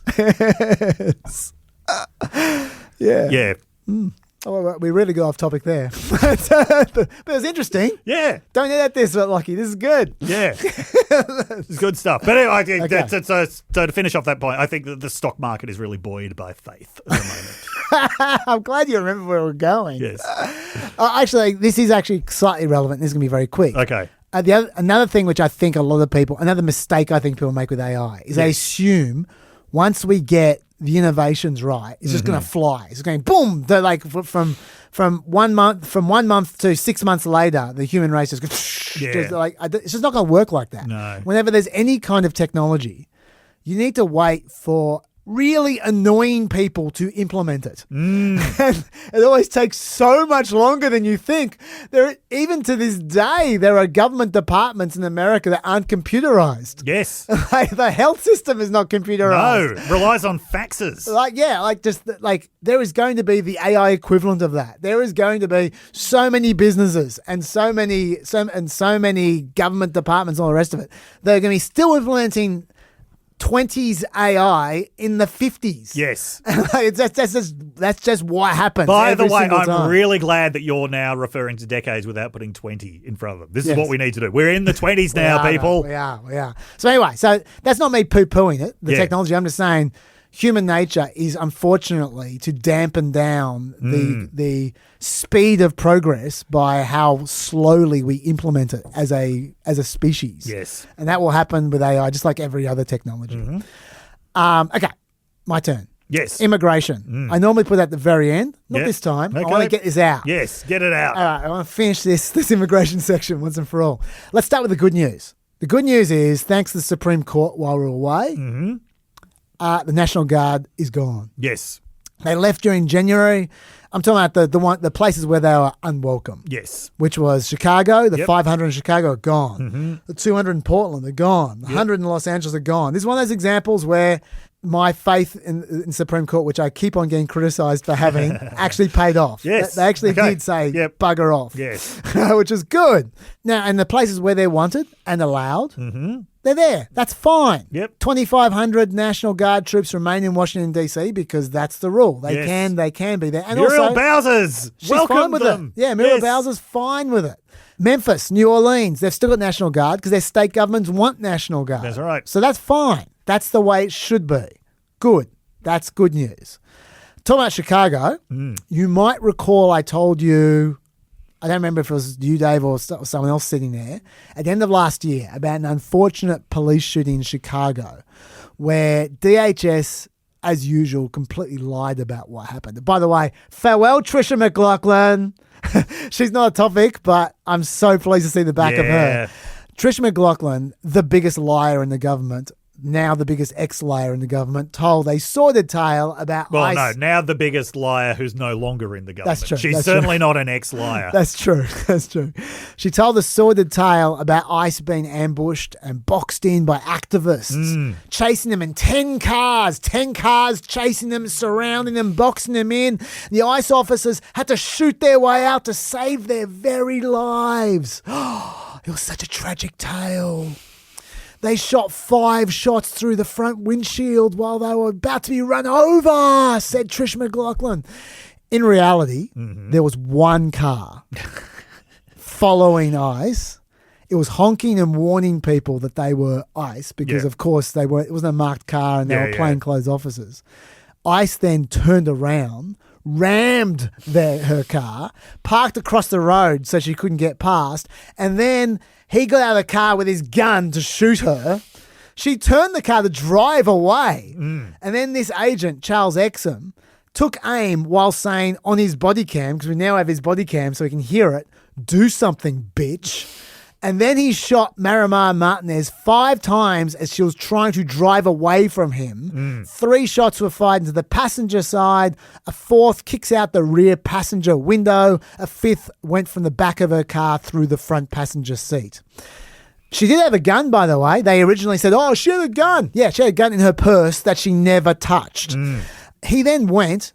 This is the best bit. He then went and sent his car immediately. As soon as he had this accident with her, his forced accident, he immediately drove interstate and sent the car into a panel beater so they could get rid of all the forensic evidence before an investigator could test his story, right?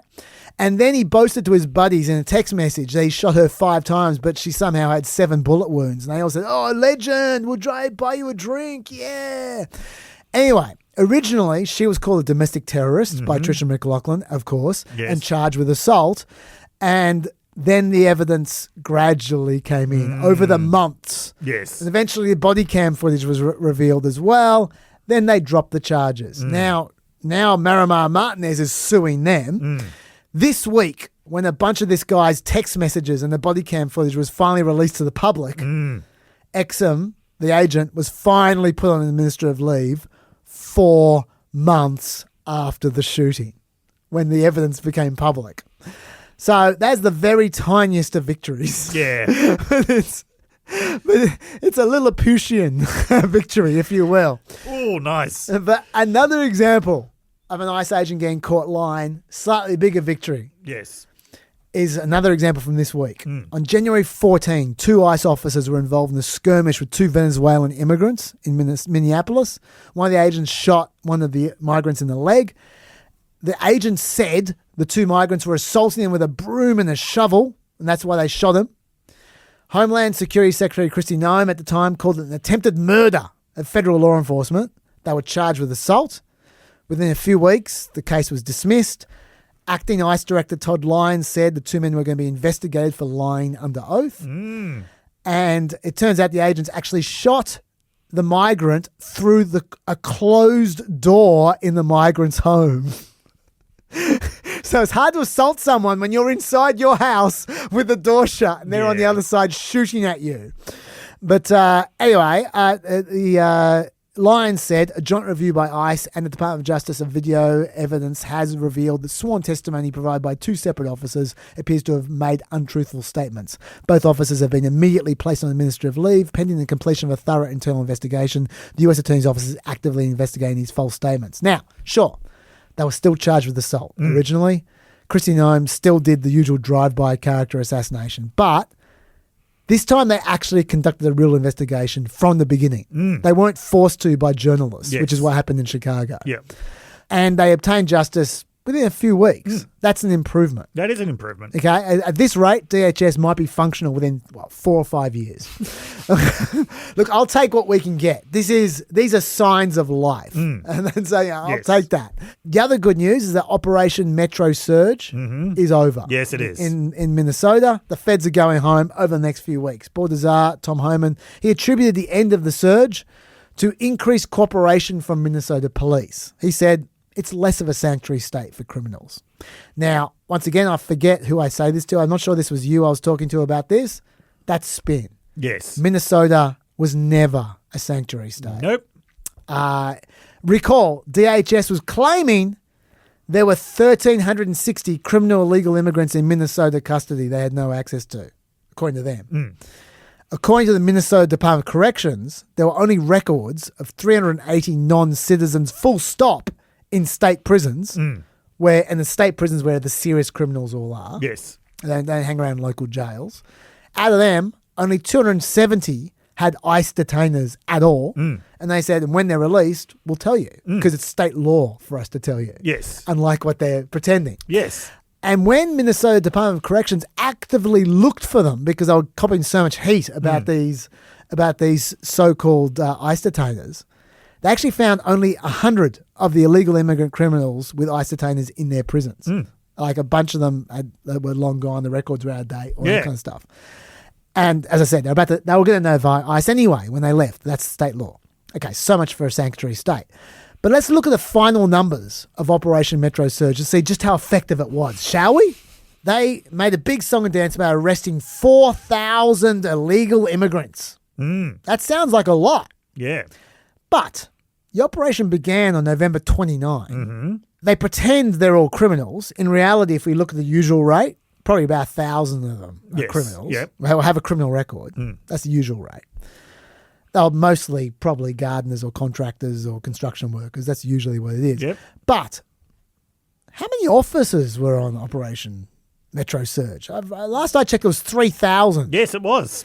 So if you do the maths, that works out to a little more than 1 arrest per officer over more than 2 months. Now that you put it like that, that's actually not very much. No, it's not, is it? And arrested doesn't mean removed No, or it deported. doesn't.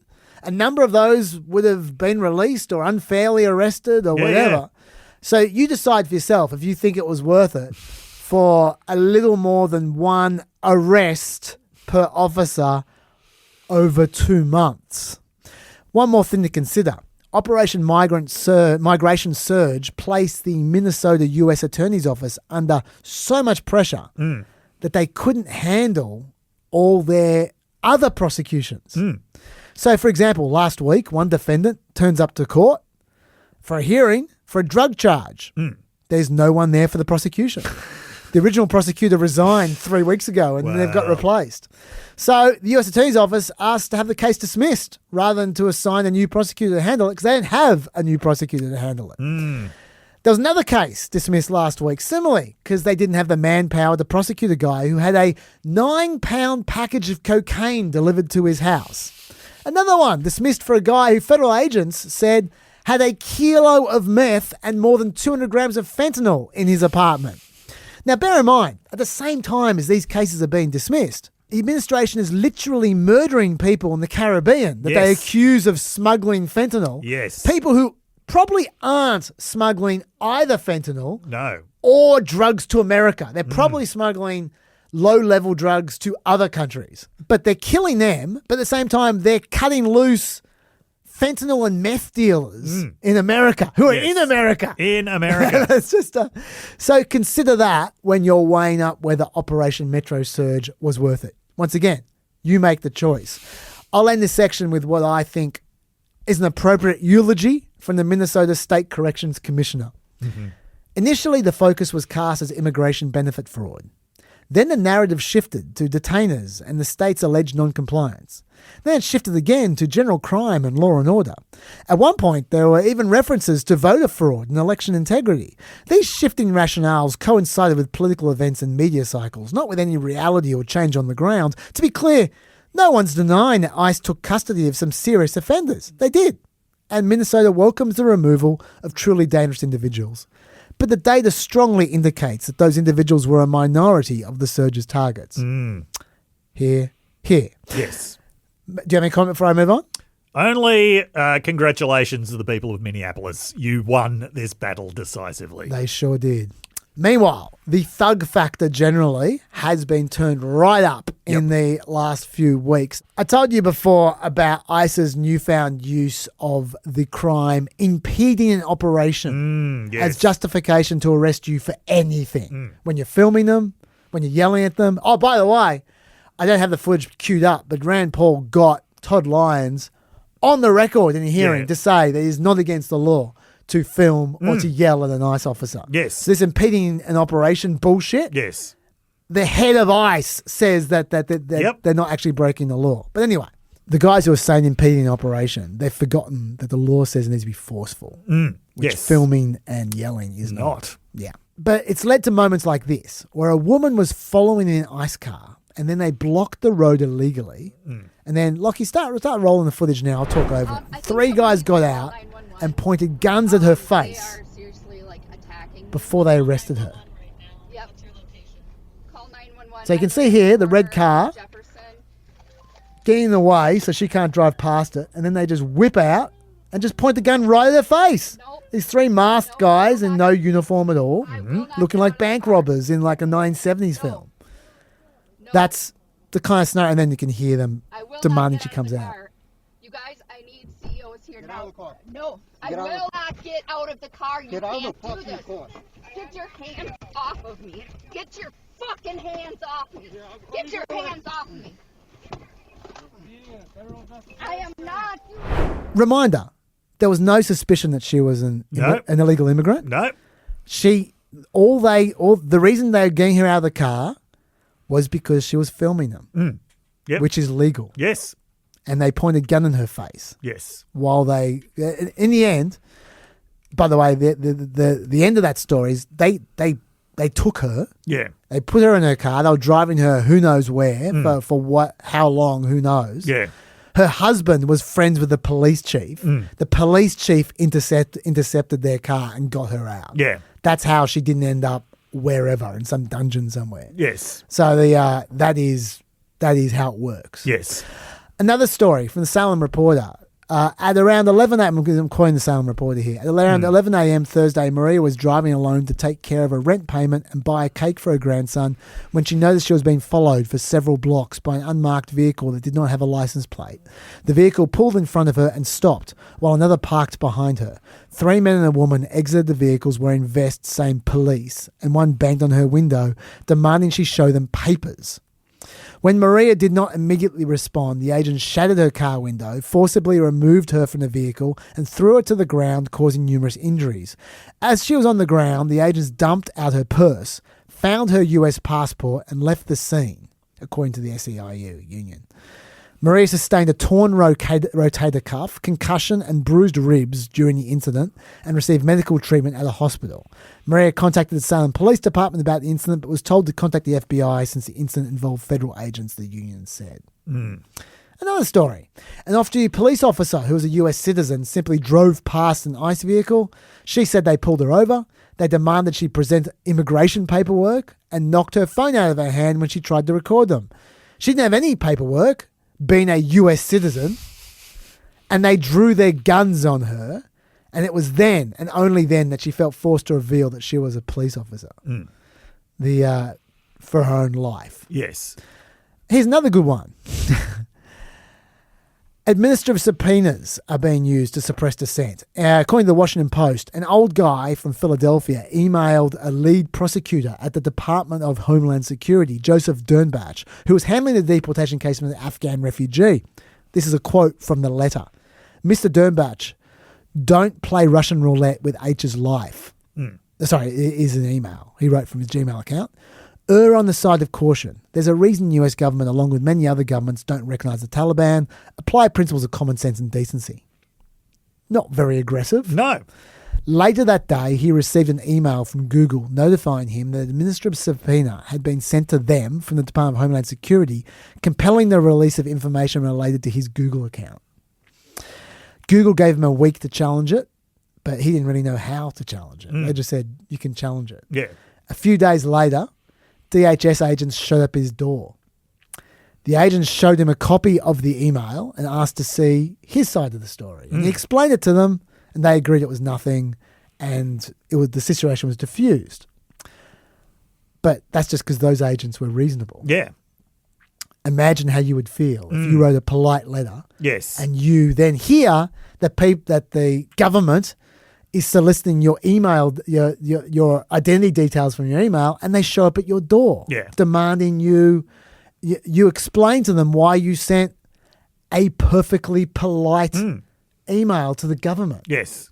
Supposedly the people you pay for. And this is when we recall the NSPM-7, the presidential memorandum entitled Countering Domestic Terrorism and Organised Political Violence that I talked about last year.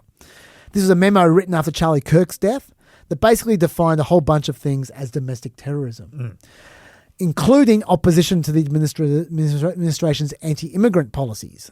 According to the memo, that's a leading indicator of political violence. The memo describes support for law enforcement and border control as foundational American principles. Bullshit. People who describe these principles as fascist, it says, are attempting to justify and encourage acts of violent revolution. This is what the memo says. The memo lists extremism on migration as well as other beliefs as indicative of violent and terroristic activities. So that is how Rene Good and Alex Preddy became domestic terrorists. Because according to that definition, they were domestic terrorists. Yes. Because they were anti the government's immigration agenda. And all the other people I've mentioned are all domestic terrorists. The woman just driving in a car filming them was a domestic terrorist. They're all domestic terrorists. And what happens to these newly identified domestic terrorists, Dave? The truth is, we don't know. Because recently an observer recorded an ICE agent in Maine threatening her. When the legal observer asked the ICE agent why he was taking photographs of her car, he responded, because we have a nice little database and now you're considered a domestic terrorist. Homan also mentioned the database on Fox News. He did, yes. He said, we're going to create a database which will include those arrested for interference, impeding and assault. Remember, impeding, according to them, is just filming you. Yes. Filming them. Ken Klippenstein recently reported on more than a dozen secret and obscure watch lists being used to track protesters and supposed domestic terrorists. Pam Bondi both admitted to the existence of a list in her hearing the other day, her terrible hearing, and also at the same time refused to commit to tell Congress which groups were on the list. Todd Lyons, though, acting director of ICE, was less feisty in his hearing, and he denies that such a database exists. This is what he said to Senator Alyssa Slotkin. So can you tell us under oath, does the Department of Homeland Security maintain a database of any kind of domestic terrorists? Are you collecting facial recognition information, license plates, locations, addresses, those kinds of information? No, ma'am, and I testified on the oath on Tuesday as well. I said the same thing. We don't have a database. If there is a case, a criminal case, that may involve some type of domestic terrorist organization, Homeland Security, as you know, Homeland Security investigation is involved across the board and embedded with the Joint Terrorism Task Force. We do conduct those, but there is no database, ma'am, for that. Okay, or do you contribute data to anyone else's, any other federal agency's database? No, ma'am. Okay, so the fact that we have ICE agents saying out loud to people that they're trying to arrest or engage with that we're going to put you into a database is just erroneous. They're making that up. Yes, ma'am, I can't speak to why that officer said it, but we do not do that. He seems a lot better than Kristi Noem in terms of improvements. Yes.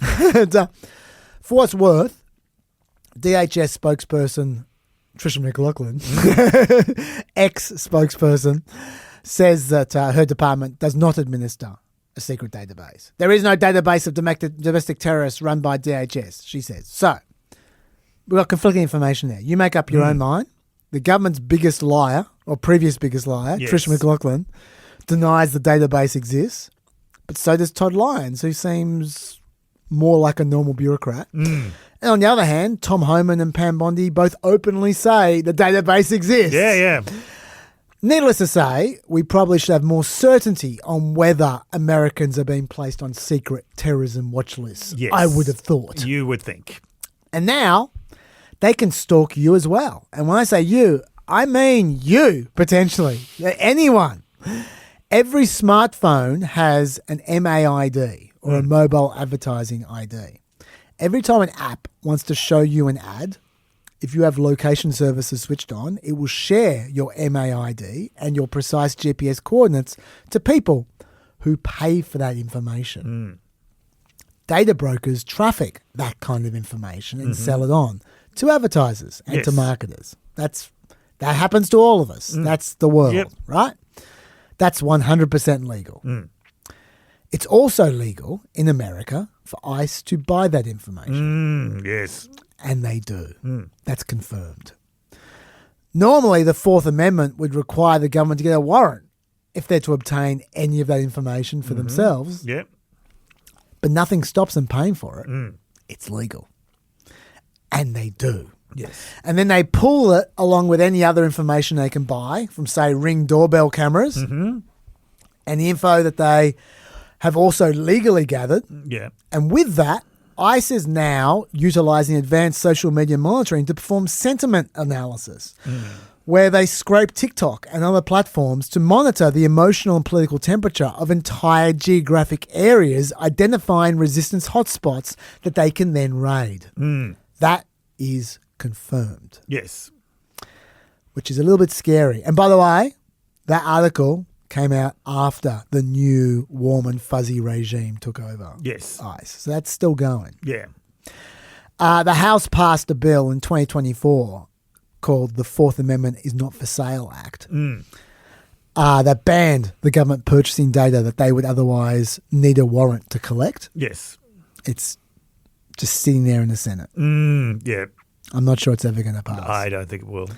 But there you go.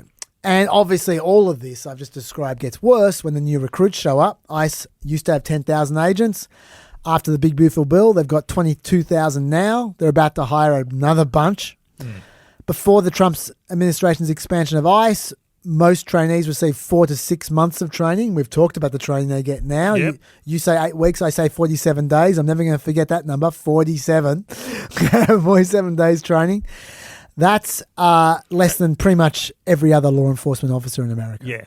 It's half what the Minnesota police get. And how much of that is videography? I don't know. They're also, by the way, the new ICE recruits are younger. Their minimum age has dropped from 21 to 18. Mm-hmm. Their physical and educational standards for the job have been reduced substantially. And they weren't that high to begin with. No. And they're now being trained with plainly unconstitutional doctrines. Yes. So add all that up and can't wait till they get on the street. And remember, the old guys, they weren't exactly gems either. I mean, all these shootings we're talking about are from the old guys. Yeah. Right? ICE and CBP employed at least 30 people with sexual and violent criminal histories in recent years. At least 20 of them committed offences with underage victims while we're talking Epstein. One of them was from Minnesota. He was caught in November during a sting, and he tried to beat the charge by telling them, hey, guys, let me go. I'm ICE. Which tells you about his state of mind. I mentioned this on Planet America, but I'll just share it with you guys as well. The CBP's, Customs and Border Patrol's arrest rate for misconduct, like them committing misconduct, is 5 times higher than other federal law enforcement agencies. And in fact, Border Patrol agents commit crimes at an equal or even greater rate per capita than illegal immigrants do in America. Not surprising. So there we go. So that's all the thug stuff, which I've been holding on for a little while, which I wanted to get out. Now, the last thing I want to get out is the next wave, what you can expect to come over the next few months, because we can already see it on the horizon. And what it is they've got this new plan, a $38 billion plan, because they have all the money in the world to spend because of the Big Beautiful Bill. And what they're going to do is launch a new detention center model. That's the next 6 months. Yes. They're going to expand detention capacity. Well, they started with a 40,000 bed capacity. Yep. Like at the beginning of last year. Now it's 73,000 in detention. I'm talking about, not like at a bed shop. They're about to add 92,000 beds by September 2026. So in 6 months' time, they're going to have 165,000 beds in detention. It's quite an expansion of detention. That is massive. ICE is planning to buy 23 warehouses to turn 8 of them into huge detention centres, and the other 15 to 16 will be huge processing sites. They have bought 6 warehouses so far at a cost of $500 million. That's just for the land. Yeah. It's going to cost billions more to refit them into detention camps and to hire staff and all the rest of it. We've got one in Hagerstown, Maryland, cost $102 million. Surprise! Arizona, $70 million. You don't want that surprise. Hamburg, Pennsylvania, $87 million. Tremont, Pennsylvania, $120 million. San Antonio, Texas, $82 million. El Paso, Texas, $123 million. Now, right now, the largest federal prison in the nation. Do you know this? No. Fort Dix has a capacity of 4,600 people. The physically largest jail in America, though, not federal prison, jail, yes, is Rikers Island, which holds under 7,000 people. These detention camps are going to hold between 8,500 and 10,000 people each in buildings that are not currently designed for human habitation. But they'll fit them out admirably, I'm sure. And they're going to hold people there, theoretically, for periods averaging less than 60 days. Other processing facilities would house between 1,000 and 1,500 detainees for between 3 and 7 days when they're processing them. Now, I'm sure none of those detention centers would hold people for a day longer than that. I'm sure. The reason I'm emphasizing that duration is because this is how they get around shit. Yes. It means they won't be required to be fitted out for long-term stays. No. So they can go on the cheap, right? Yes, yeah. So if people do stay there longer than 2 months, it won't have the correct standards for that. No. But they'll be staying there anyway. Yep. For example, the largest immigration detention center right now is Camp East Montana with 5,000 beds. Within its first 50 days, it racked up 60 federal code violations. And by the way, They don't even have people doing code violations for the federal government anymore. So I don't know how they got those 60 federal code violations. They just sacked them all. But anyway, these camps are designed to barely meet the official standards, let alone the realistic standards. So, but as a short-term facility, it racked up 60 federal code violations. It failed to provide detainees with regular access to working toilets and showers, substantive meals, legal assistance. It failed to take mandatory and proper health screenings. It did all that stuff because they thought, oh, we only got them for the short term. Who cares? But of course, these detention centers, they stay there for months. Yeah. Sometimes 6 months, sometimes 12 months. Had it been officially keeping people for longer, we would have had no idea how many violations it would have racked up, and that's what's going to happen in these new ones. But something funny is happening, Dave. The states are rejecting them. Yes. And when I say the states, I mean red states. Yes. Hanover County, Virginia. Now, that's not a red state, but Hanover County is red county. Very red. Trump won it by 26 points. The residents protested a warehouse there. The local Republican-dominated Board of Supervisors opposed it as well. The owner cancelled the sale.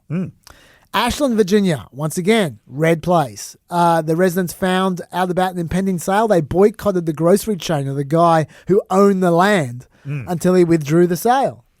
New Jersey, in Trumpy Morris County, it's Morris County, it's Trumpy, the Republican-dominated Roxbury Township Council voted unanimously to oppose ICE's plans to buy a warehouse there. The Republican mayor of Oklahoma City came out against a proposed ICE warehouse there as well. The owner also cancelled the sale. City councils in El Paso, Maryville, Durant, they've all passed resolutions resisting detention centers. El Paso, they've already bought the buildings. It's going to be interesting to see what happens there. In Kansas City, Missouri, the city council voted 12-1 to block federal detention center permits, and the company that was selling the property pulled out. Same in Salt Lake City, Utah. Mississippi Senator Roger Wicker wrote a public letter opposing an ICE detention facility in Byhalia, Mississippi. He wrote, "While I support the enforcement of immigration law, I write to express my opposition to the acquisition and the proposed detention center. This site is currently positioned for economic development purposes. Converting this industrial asset into an ICE detention center forecloses economic growth opportunities and replaces them with a use that does not generate comparable economic returns or community benefits.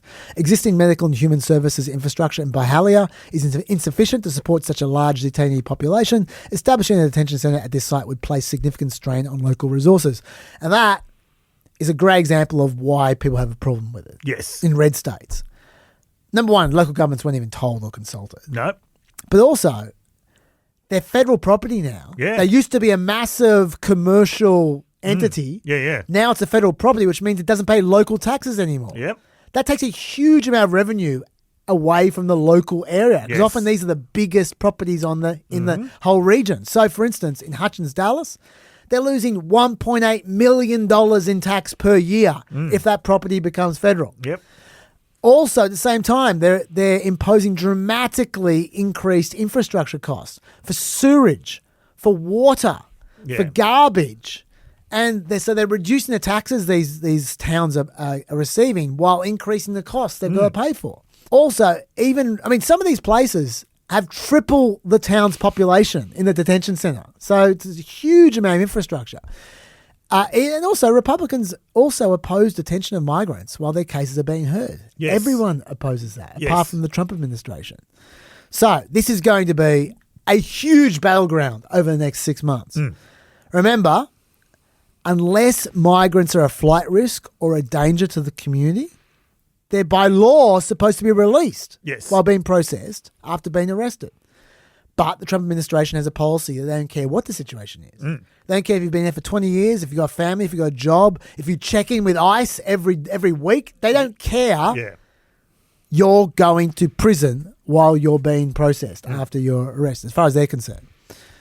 According to Reuters, since October 2025, 4,400 cases now have been individually ruled as being in illegal detention. 4,400 individual cases. So they need all these detention spots to make this system work, where they're just constantly arresting people and keeping them in detention, right? They don't mind if the detention centers are kind of horrific, because that's part of the point. Yes, they want people to give up their cases. Absolutely the point, yes. Yeah. They boast about it, Dave. the White House put out this graph. This graph I'm showing you is from the White House saying we've got a record 28% of detained cases ending in voluntary removal right now. A huge record and climbing. 28% of people are not bothering to stand for their own rights because they're in such a horrific environment. That's something to boast about as far as the White House is concerned. Yeah, you can see the thumbs up there. Big thumbs up at the end, that's Thanks, right. Barry Wise. The end of this section, I just want to just out of nowhere to show you a little graph about authoritarianism. This is called the backsliding index, Dave. Yep. It compares America to Hungary, Venezuela, and Russia, as they have all backslid from freedom to wherever the hell they are now. Now, I don't know how one measures backsliding. Sounds a bit imprecise to me. So this might be unrealistically precise, this graph. But let's take it at face value for now, shall we? You can see America has not backslid as far as Russia, Venezuela, and Hungary. You'll be pleased to hear. But it's backslid faster than any of those three countries did. And it's actually not far off Venezuela and Hungary. No. According to that index. So what you're looking at there is my nightmare in graphical form. Yes. This is, like I said, I wouldn't take this to the bank in terms of precise numbers, but I think the shape of the curve is probably right. Yeah. This is the shape of authoritarianism Absolutely, in America. yes. And everything I've just been talking about for the last 20 minutes is what I feel is the clearest manifestation of that. Yes, Do you have absolutely. any The immigration regime is absolutely where the administration is at its most authoritarian. That is because that's where it feels it has the most popular support for just abusing people's rights. It's where it feels it has the most room for legal maneuver around this stuff, even though it is doing things that are just blatantly illegal. And historically, this is where abuses always start. Yeah, it's with the least politically powerful people who can be the most easily demonized. So, on that note, if these detention centers happen, I promise you, in X years' time, yes, they're going to be filled with American citizens. Yeah, absolutely, yes, You can guarantee it. Yeah. It always starts with the vulnerable Yes, and it yeah. spreads. It's It's I maintain what I've said all along, and I'll say it one more time just so you can all remember. Yep. In 20 years' time, historians aren't going to be looking at a tweet from Trump. I don't think they're even going to be looking at Jeffrey Epstein, as big as it seems at the moment. Yeah. They'll be looking at this. Yes. This is the thing that's going to last, I think, in terms of history. Yes. But yeah, anyway. And unless you got more to say about immigration, Dave, let's head over to Canada. Yes. So this is a story about a bridge.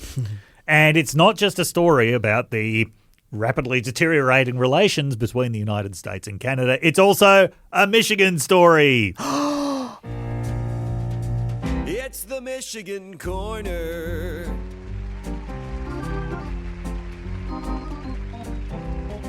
Dave. Okay. So this is about a bridge that is going to link Windsor, Canada with Detroit, Michigan. Windsor, Ontario.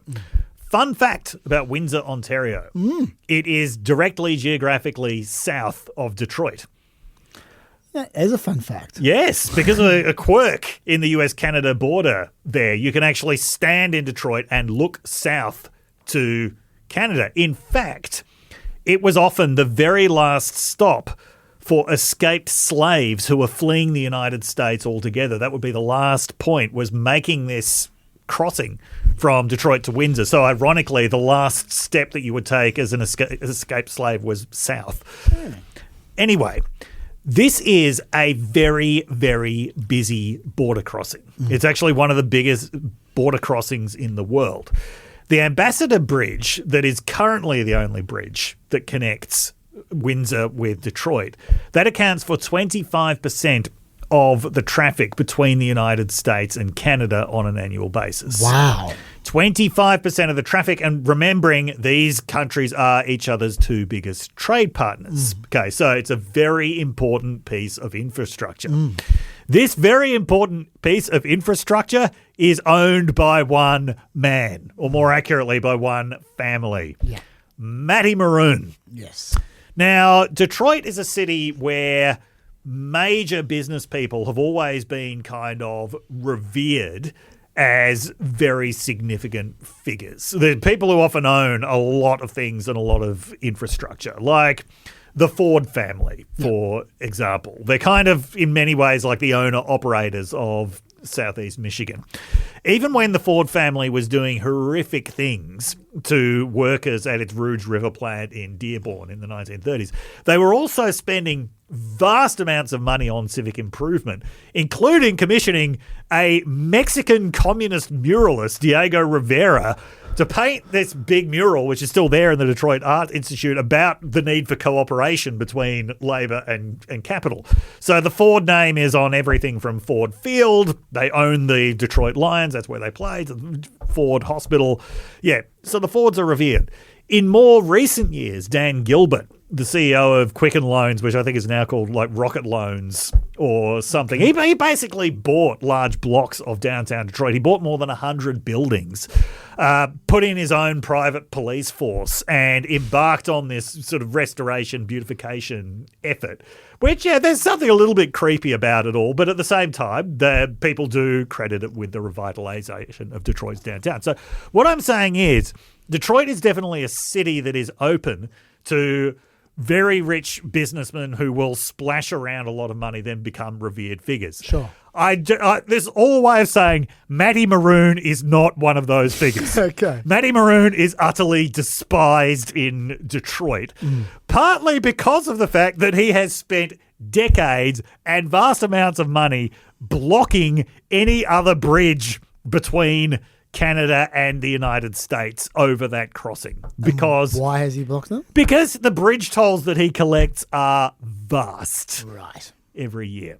Yes. Yeah. So anyway, this brings us to the story which you may have heard about Trump now blocking the opening of a new bridge which has just been built between the United States and Canada, which is under Canadian ownership, unless the United States is allowed to take half of the ownership. Like a lot of Trump things, this just appears completely nonsensical. Okay. Should I read the tweet? Yes, please do. Yep. Okay. As everyone knows, the country of Canada has treated the United States very unfairly for decades.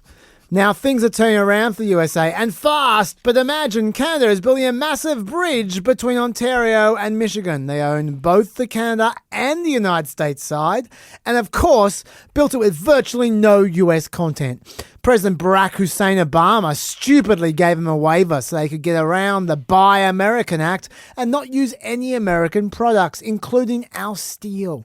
Now, the Canadian government expects me, as President of the United States, to permit them to just take advantage of America? What do the United States of America get? Absolutely nothing. Ontario won't even put US spirits, beverages and other alcoholic products on their shelves. They're absolutely prohibited from doing so. And now, on top of everything else, Prime Minister Connie wants to make a deal with China, which will eat Canada alive. We'll just get the leftovers. I don't think so. The first thing China will do is terminate all ice hockey being played in Canada and permanently eliminate the Stanley Cup. The tariffs Canada charges us for our dairy products have for many years been unacceptable, putting our farmers at great financial risk. I will not allow this bridge to open until the United States is fully compensated for everything we have given them. And also importantly, Canada treats the United States with the fairness and respect that we deserve. We will start negotiations immediately. With all that we have given them, we should own perhaps at least one half of this asset. The revenues generated because the US market will be astronomical. Thank you for your attention to this matter. Drink. This, in many ways, I think is in a similar vein to Trump wanting to reclaim the Panama Canal and the Venezuelan oil industry. There's this fixation on ownership. Yeah. Now, the US had actually previously considered this to be a very good deal because Canada was paying for it. They paid entirely for it. Yes. $4 billion. Yes. Yeah. So it's 6.4 billion Canadian. So Rick Snyder, who was a former governor of Michigan, has been pretty desperately saying this is actually a really good deal for the United States because we didn't have to pay for any of it. As I said, there were Americans who wanted to build a bridge of their own, but it was constantly blocked by Matty Maroon. And Matty Maroon tried to block it during the first Trump administration as well, because construction began in 2018, but Trump actually ignored him. Trump and Justin Trudeau, of all people, issued a joint statement about how great this was going to be for both countries. Given our shared focus on infrastructure investments, we will encourage opportunities for companies in both countries to create jobs through those investments. In particular, we look forward to the expeditious completion of the Gordie Howe International Bridge, which will serve as a vital economic link between our two countries. Gordie Howe, for those of you who don't know, is one of Canada's most revered hockey players. Also featured in an episode of The Simpsons. I don't know. Where Bart Simpson is catfishing Edna Krabappel. This is one of the many ways in which The Simpsons predicted the future. Yeah, Bart doing a romance catfishing scheme. Sure. Even though there were always controversial elements about this bridge, this really has kind of come from nowhere. Matty Maroon's long-standing lobbying against any second bridge, notwithstanding. I've got a number for you here. Yep. In terms of daily cross-border trade over the Ambassador Bridge. Yes. $300 million a day. $300 million a day, yeah. And the trucks have to go over the bridge. Yes. There is a tunnel. Yep. But the trucks can't go in the tunnel. Yes. So there's literally no other option. Yep. Than the bridge. Yes. Yeah. So they can charge whatever the hell they want. Yeah. Yeah. I think Doug Ford has been doing a bit of rabble-rousing recently, trying to encourage people to use the tunnel rather than the bridge. But yeah, they really do need this this second bridge. Yeah. This is very typical Trump in a lot of ways, not just the fixation with ownership and with the sovereignty of other countries, but there's also this just him seeing any leverage he can get and holding it to ransom. Yeah. This is what he's doing. Michigan is desperate for this bridge. It's pretty important to Canada as well. Yes. So basically he's just seen some leverage and he's taken it. Just to be clear, this is all based as well on a fiction. Yes. Not only, like you talked about the ownership. Yes, yeah. Like Canada and America own it 50-50. They do, yes. Already. Yes. Like Michigan owns half of it. Yes, yeah. Even though Canada paid for it entirely. Yes. Right. And but it's Michigan that owns half. Yeah, Michigan, yeah. Yes. And when he says it's built with virtually no US content, it was actually built by union construction workers from both sides of the border. Yes, it was. And all the steel, 100% of the steel on the Michigan side of the bridge is American steel. Yes. Yeah. It's unclear what he's actually concerned about. Everything he's saying is bullshit. Yeah. Yeah. Yeah, so he wants the United States government rather than the Michigan government to have ownership of it. Okay. Once again, don't know. Yeah, don't know why that is, apart from his ownership fetish. Yeah. Yeah, I don't know if Matty Maroon finally got into his ear about this. Oh, you haven't heard this? No. Oh, I can tell you. Yeah? I thought this is where you were going. Okay. The New York Times reported that where was it here? Yeah, hours before Trump's post. Oh, okay, right. Matthew Maroon met with Howard Lutnick. And Howard Lutnick called Trump before his post. Okay. So this is 100%. This is the Maroon factor. He's finally the Maroon factor. Finally got Trump's ear by going through Lutnick. And we should also mention, just in passing, I don't know if it's relevant or not. We shouldn't assume that it is. Mm-hmm. But Maroon has he's donated more than $605,000 to Trump and the Republican Party since 2019. It's amazing how cheap it is to buy the Trump administration off. Yeah. 605,000. Yes. Yeah. Well, if he has been bought off, maybe remembering that $300 million of trade goes over the Ambassador Bridge every day. Yeah. I mean, just to be, I think you're right. Yeah. But just to be clear, the reason I'm expressing some doubt is that I wouldn't put past Trump to just support the oligarch. Yes. Regardless of whether he was donated to or not, he's just one of his peers, you know. Yes. And just doing a solid for a mate. Yeah.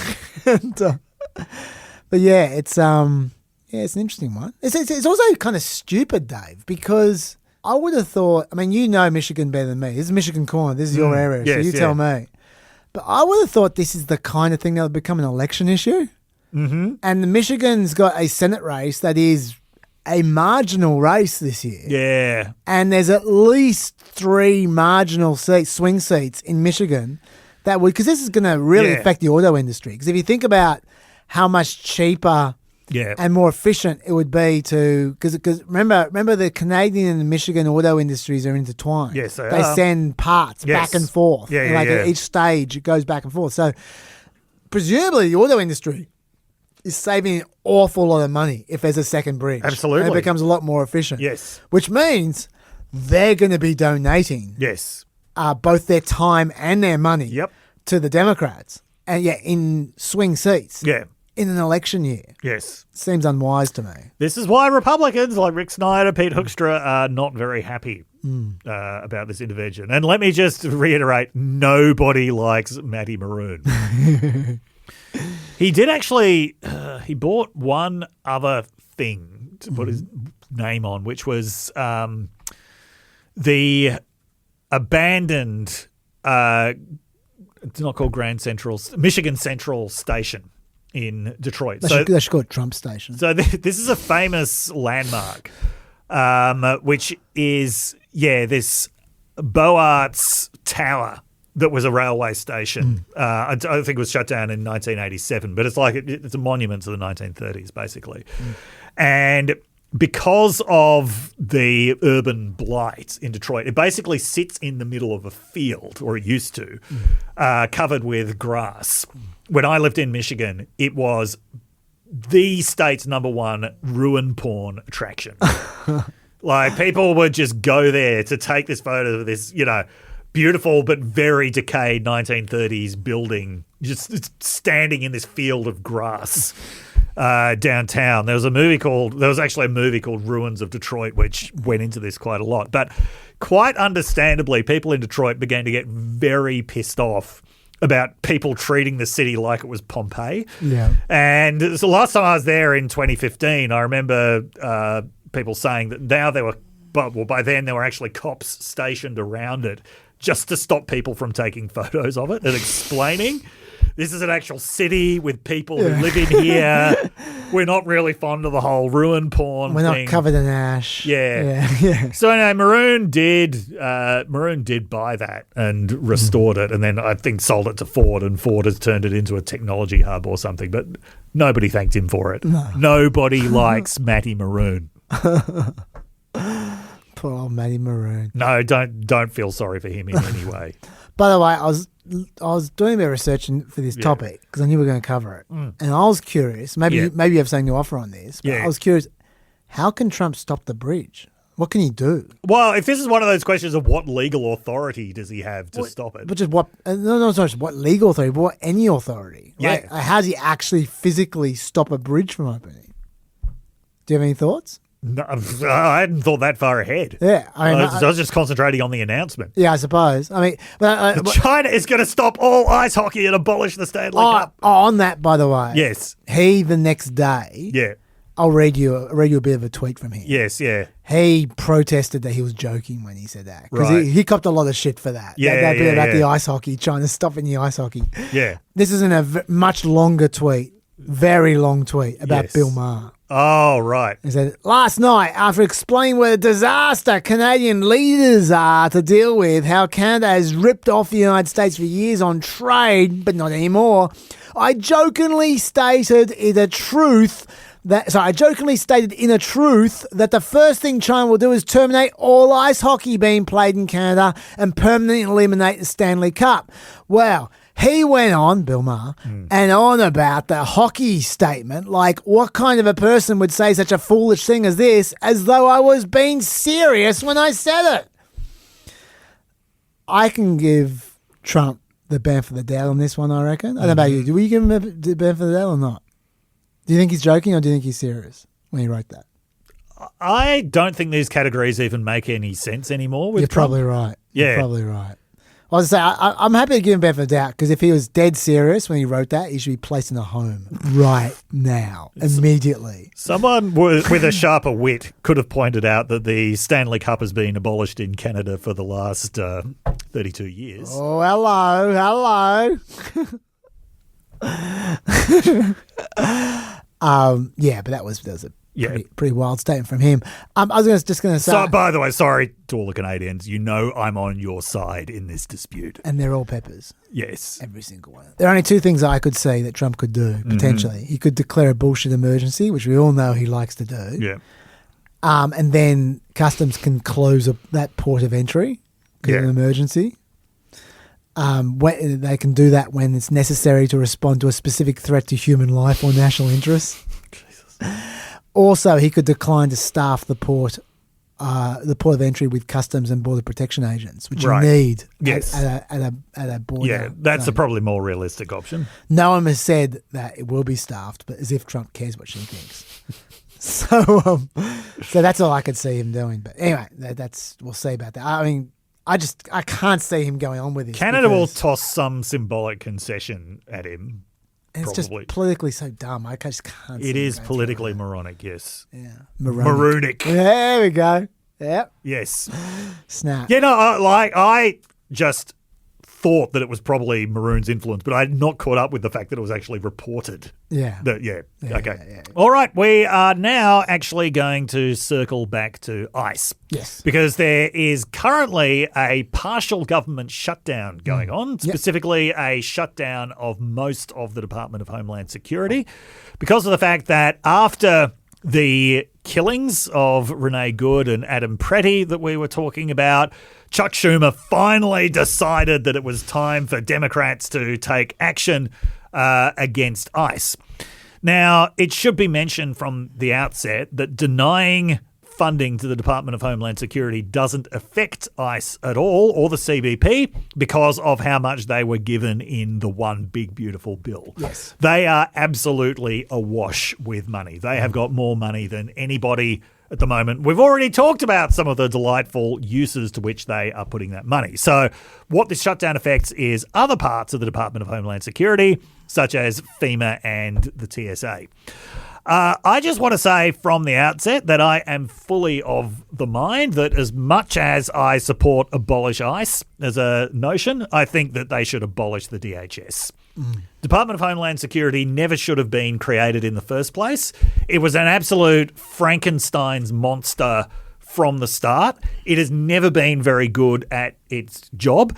It's weird that in a country where supposedly everyone hates the legacy of the Bush administration so much, this monument to Bush-era authoritarianism is just still there and still being built upon, which I think that adds fuel to the theory that Trump is in many ways a continuation of Bushism in often not even so different forms.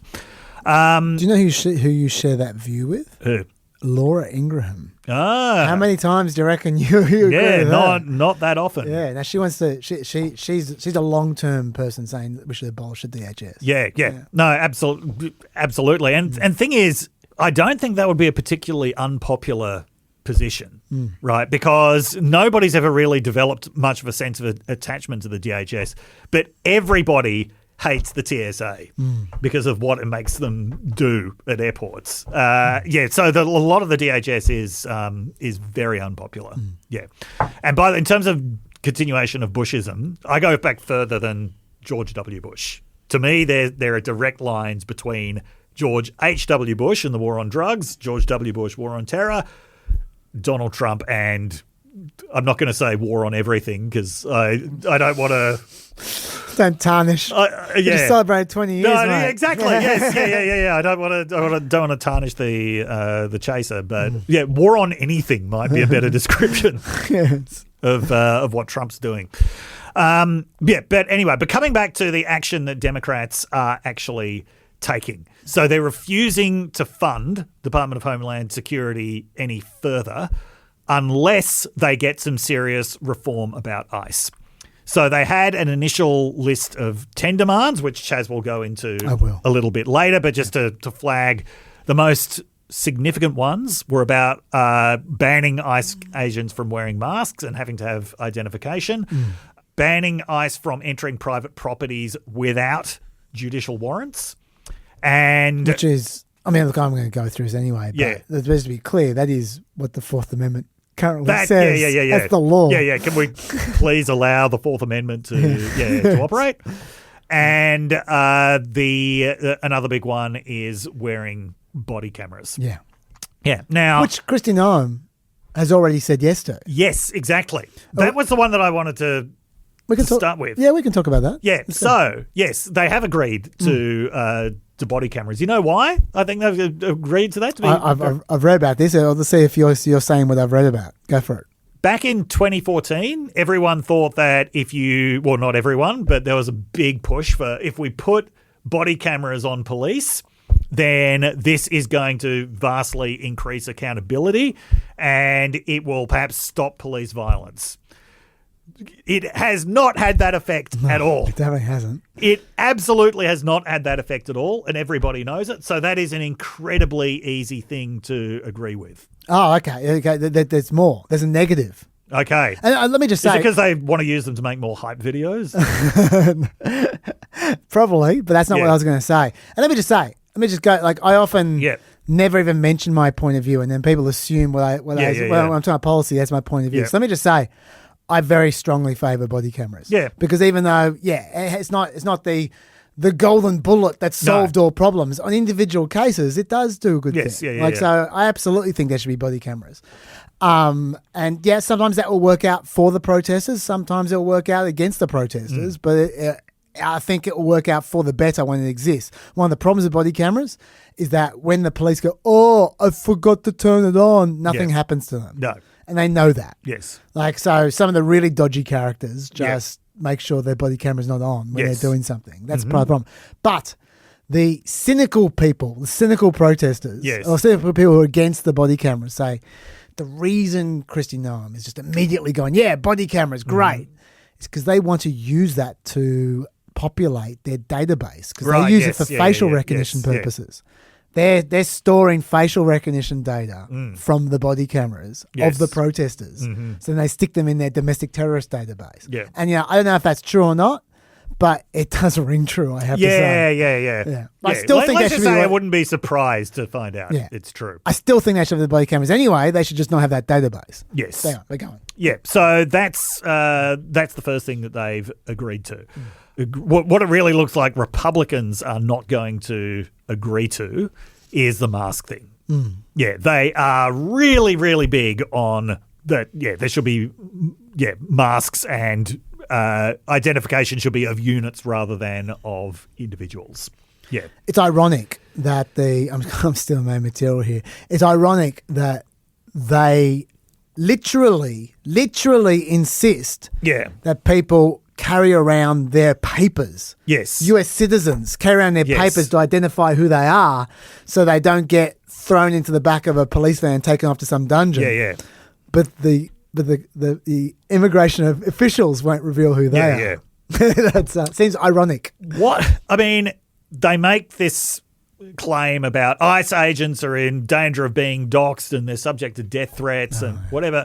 What they're basically saying is ICE agents should be better protected than the communities that they are supposedly protecting, than the American people that they are supposedly protecting. And more than all other law enforcement agents. And more than all other law enforcement agents. Even though, and I'm going to go through the stats in a couple of minutes for you guys. Yeah. Even though the law enforcement agents are in significantly more danger than ICE are. Danger. Yes. Yeah. Something like 60 police officers get killed in the US every year. I have the numbers, don't worry. On average.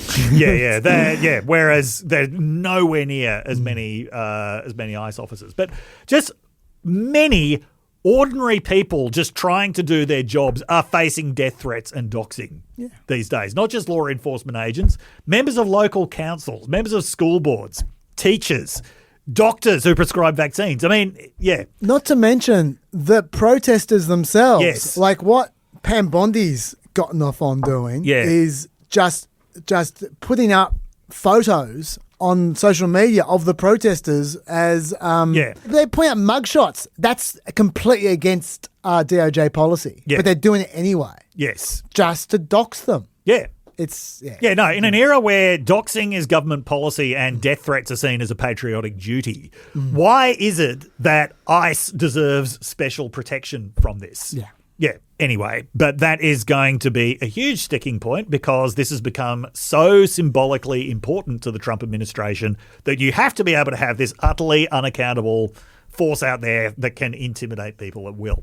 It's interesting because from the politics of this, like it's not like there's lots of super popular things that aren't going to be staffed as a result of this. It's only a very small proportion of departments that are under the pump here. Yeah.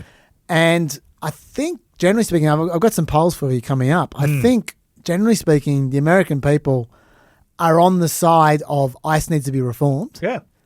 And they're on the side of every single individual reform chosen by Democrats. That's why they chose them. Yes. They're all popular. Yeah. So I'm not sure whether politics works on this. I don't know how I don't see how the Democrats get punished for standing tough on this, should they choose to, for a couple of months even. Yeah. I'm not sure that the Trump administration wants this to stay in the news for 2 months. No. Because I don't think this is becoming a good area for them. Yeah. So I don't know how this goes. Look, in terms of how this goes, one possibility, I'm not saying it's the most likely possibility, but one possibility is that by 2028, every Democratic presidential candidate is running seriously on abolish ICE, and that because of the fact that there's serious public support behind it. I mean, that'll be interesting. My personal thought is they're going to be so scarred from defund the police that they won't want to use the word abolish. They'll say stop ICE. Stop ICE. They'll say reform ICE. They'll have some other verb. But just the ability of things to turn around so quickly. The numbers in the United incredible. States, the fact that the politics of one regime is always backlash against the previous regime. It wouldn't surprise me if that was one of the outcomes. As I say, I don't think it's the most likely outcome, but that possibility is back on the cards now. I'm glad to say, someone who hates ICE. Yes, I think I've worn my anti-ICE cards pretty clearly. Yeah. I find that the slogan abolish ICE kind of silly. And the reason why is because it doesn't matter whether you reform it or abolish it or whatever. What matters is what you replace it with. Yes. Like, who cares if you remove the letters ICE and replace them with some other acronym? That's true. And it's the same, and to get the same issues, right? I don't care if you clean out ICE and sack literally every person there and then rehire the ones who earn their way back in. And have completely new rules and completely new everything and reform the whole thing. That's cool. You can still call it ICE. So for me, having a sticking point, no, you need to abolish it rather than you need to change it completely. I think that's silly. I think what we should be focusing on is what do you need to do to make ICE better, whether it is replaced or changed from within. Odds are you can do it both ways. But you just need to have the right reforms. I think symbolically it actually needs to be expurgated and replaced with something else. Anyway, that's it from me for this week. Thank you, Dave. I'll continue on talking and Chaz Unleashed about this ICE thing, plus a couple of other little things you might sneak in. And Dave, I will see you next week. See you next week. Till then, stay peppy. Stay peppy.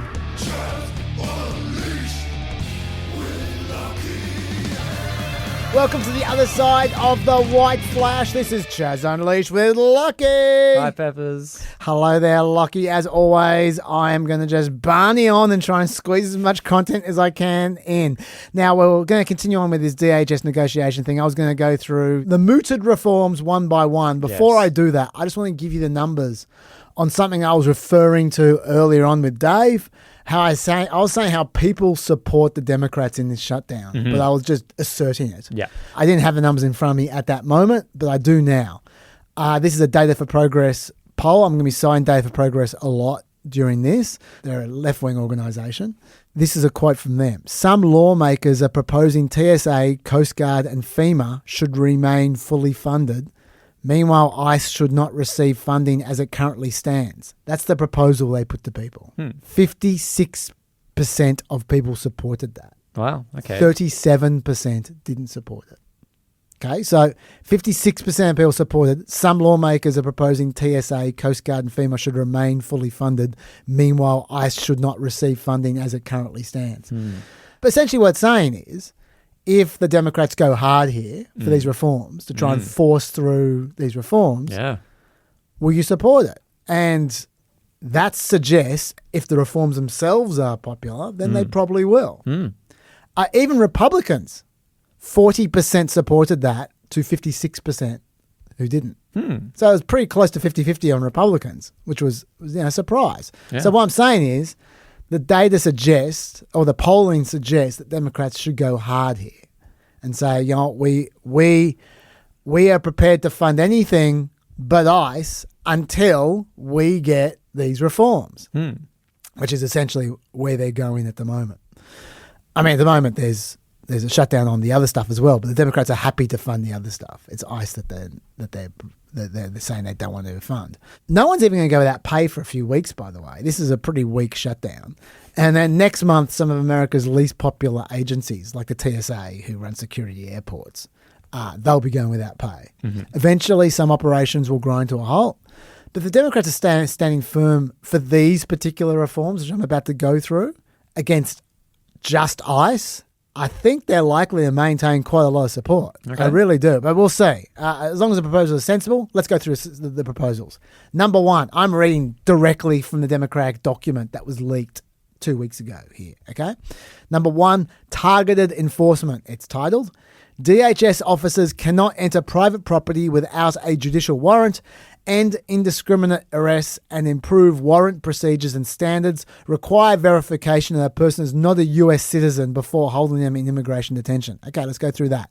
Number one, cannot enter private property without a judicial warrant. We've spoken about this. This is the law. It exists. I'm looking at this going, what's new? Yeah, that is the law. The Supreme Court's been very clear that that's what the Fourth Amendment requires. A judicial warrant, not a Mickey Mouse administrative warrant, which is what ICE are doing at the moment.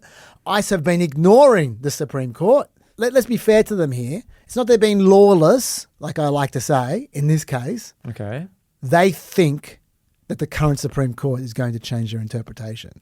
What they're trying to do is force a court case. That's what they want. They want someone to sue them for breaking the law. So that they can... So they can go to the current Supreme Court and change the law. That's what they want. All right? That's what they think.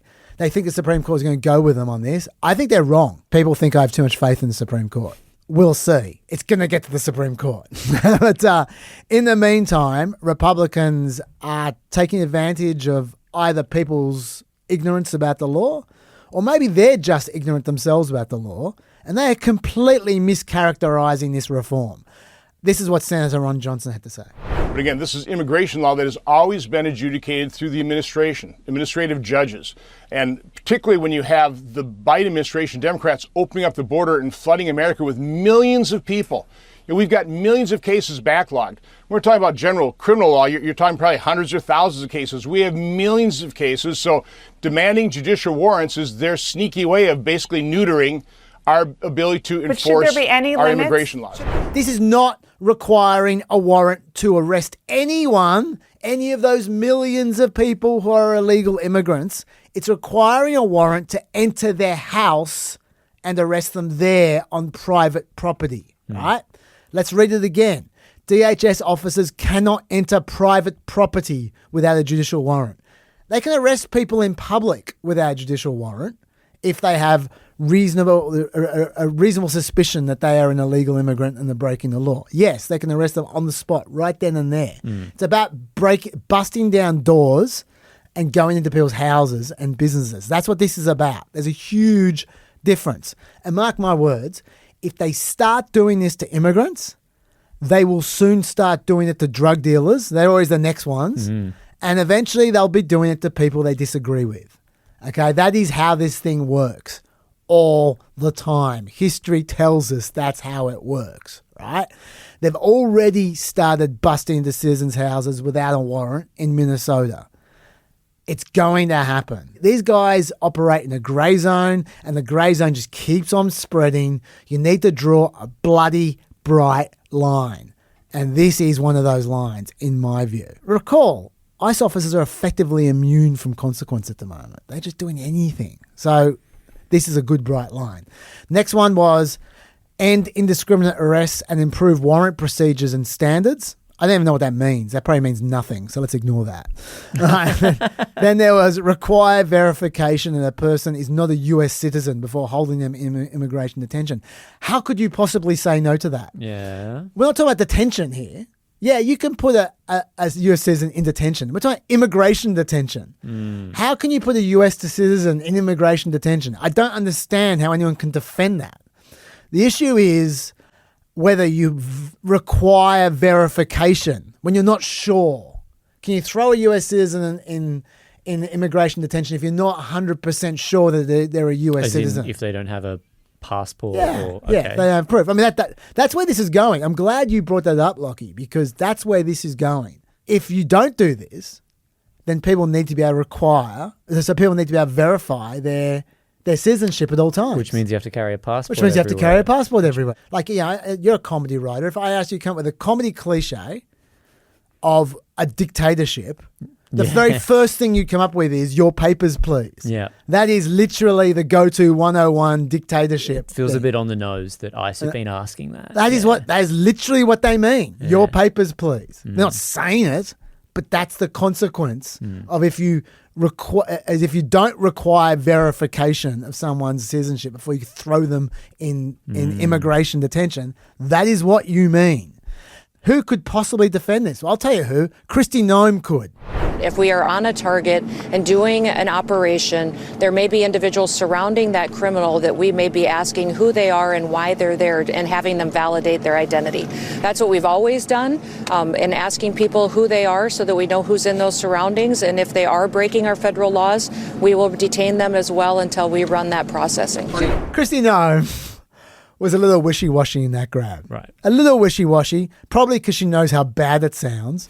So she was essentially saying, yes, you need to verify your identity if you're near a target. They're not targeting you, they're targeting someone else. And while they're there, they might ask the people around that target. And if you can't verify your ID, well, we can detain you until we can verify your ID. Like that's where she was going. I mean, I don't like that. She wasn't going full dictator. But the recently sacked Greg Bovino was not so shy. This is his tweet. One must carry immigration documents as per the INA. That's the legislation, the immigration legislation. A real ID is not an immigration document. Like, he's explicitly saying you have to carry your papers around with you. His tweets don't matter, though. Not as much as they used to. They matter if you're in his locality, but he doesn't have national authority anymore. Okay. And I'm glad he's out of there. Out of the jurisdiction of his tweets. Yes. But the fact is that there'll be another Greg Bovino. There'll be another one, and there'll be another one. And they'll just get worse. Remember the wire rule. It always gets worse. So yes, the your papers, please culture is around the corner if they don't get that bedded down. I mean, even though that's the law, it should be bedded down already. In summary, that whole point one, which I just told you about, that's all a no-brainer. All of it's a no-brainer, apart from the vague stuff that we'll just ignore. Of course that should all happen, and it already has. See the law. For what it's worth, Data for Progress, they've polled all this stuff. Requiring judicial warrants for raids gets 62% approval to 28% disapproval. Ending deportation and detention of US citizens gets 55% approval, 33% approval. I can't believe it only got 55% approval. What is wrong with these people? But anyway, it's still big majority anyway, right? Next one, no masks. Prohibit, is the quote again, prohibit ICE and immigration enforcement agents from wearing masks and other face coverings. Okay. We've talked about this a lot. This is another no-brainer. I say they need masks to prevent assaults and doxing, okay? We've heard the stats. They never tell you the number of agents who are getting doxed. They never tell you the number of agents who are getting assaulted. They never tell you the number who are getting threatened. But it has increased by 1,000%. 1,300% now, Lockie. Oh, great. It just keeps on going up. Although, wonderfully, we now have a year of the Trump administration, which means that percentage is going to start going down because it's from the last 12 months, right? They'll take advantage of the Biden era compared to the Trump era, but now we're going to compare the Trump era to the Trump era. Yeah. So the percentages won't work anymore. They have to come up with a new way of making it seem like there's a crisis. I did tell you last year these stats are all bullshit. The percentages are all bullshit. And if you don't remember why, It's because the percentages, if you start with a low number, percentages sound impressive when the number is not high. In this case, we know the number of assaults from the first 6 months of 2024 that they're comparing to when they compared to the first 6 months of 2025. We don't know the number of assaults in the second 6 months of 2024 because they won't tell us, which tells you they're probably less than the number of assaults in the first 6 months of 2024. Do you remember the number of assaults in the first 6 months of 2024? I told you this months ago. Did. Months ago. I don't expect you to remember. The number 27's coming to my head. The number was 10. There were 10 assaults of ICE officers in 6 months. Those huge percentages were compared to 10. Okay, so in reality, let's be generous. Let's say they had 10 assaults in the second half of the year as well, even though I'm sure they had less or fewer. Otherwise, they would tell us the number. But let's just say they had 20 assaults in 2024 they were comparing to. So roughly speaking, they've gone from 20 assaults in 2024 to about 250 assaults in 2025. Okay. That's why they won't tell you the raw numbers, because 250 assaults is pathetic. You might go, wow, that's a huge number. Really? We're talking about the number of federal agents. Remember, you got to increase the denominator as well, okay? The number of federal agents that were participating in deportations and arrests in 2024 was 6,000. Yeah, right. Okay. The number that were participating in deportations and arrests in 2025 was 30,000. Okay, so there's going to be more assaults. What's more?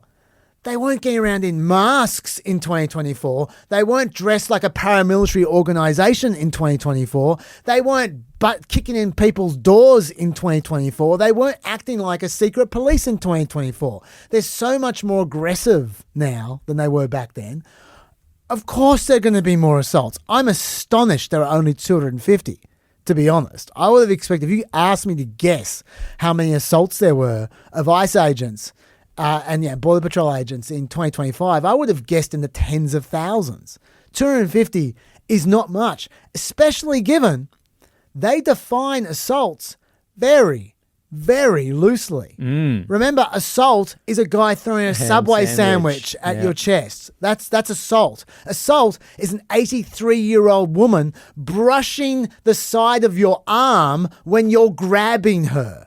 All right, that's assault. And that I use those two examples as actual examples of people who are charged with assault. Not just acclaimed assault, but charged with assault under their current standards. This is not a big problem, the assault problem, right? The assault rate on federal immigration officials is 0.23 per 100 compared to the assault rate on police officers more generally of 13.5 per 100.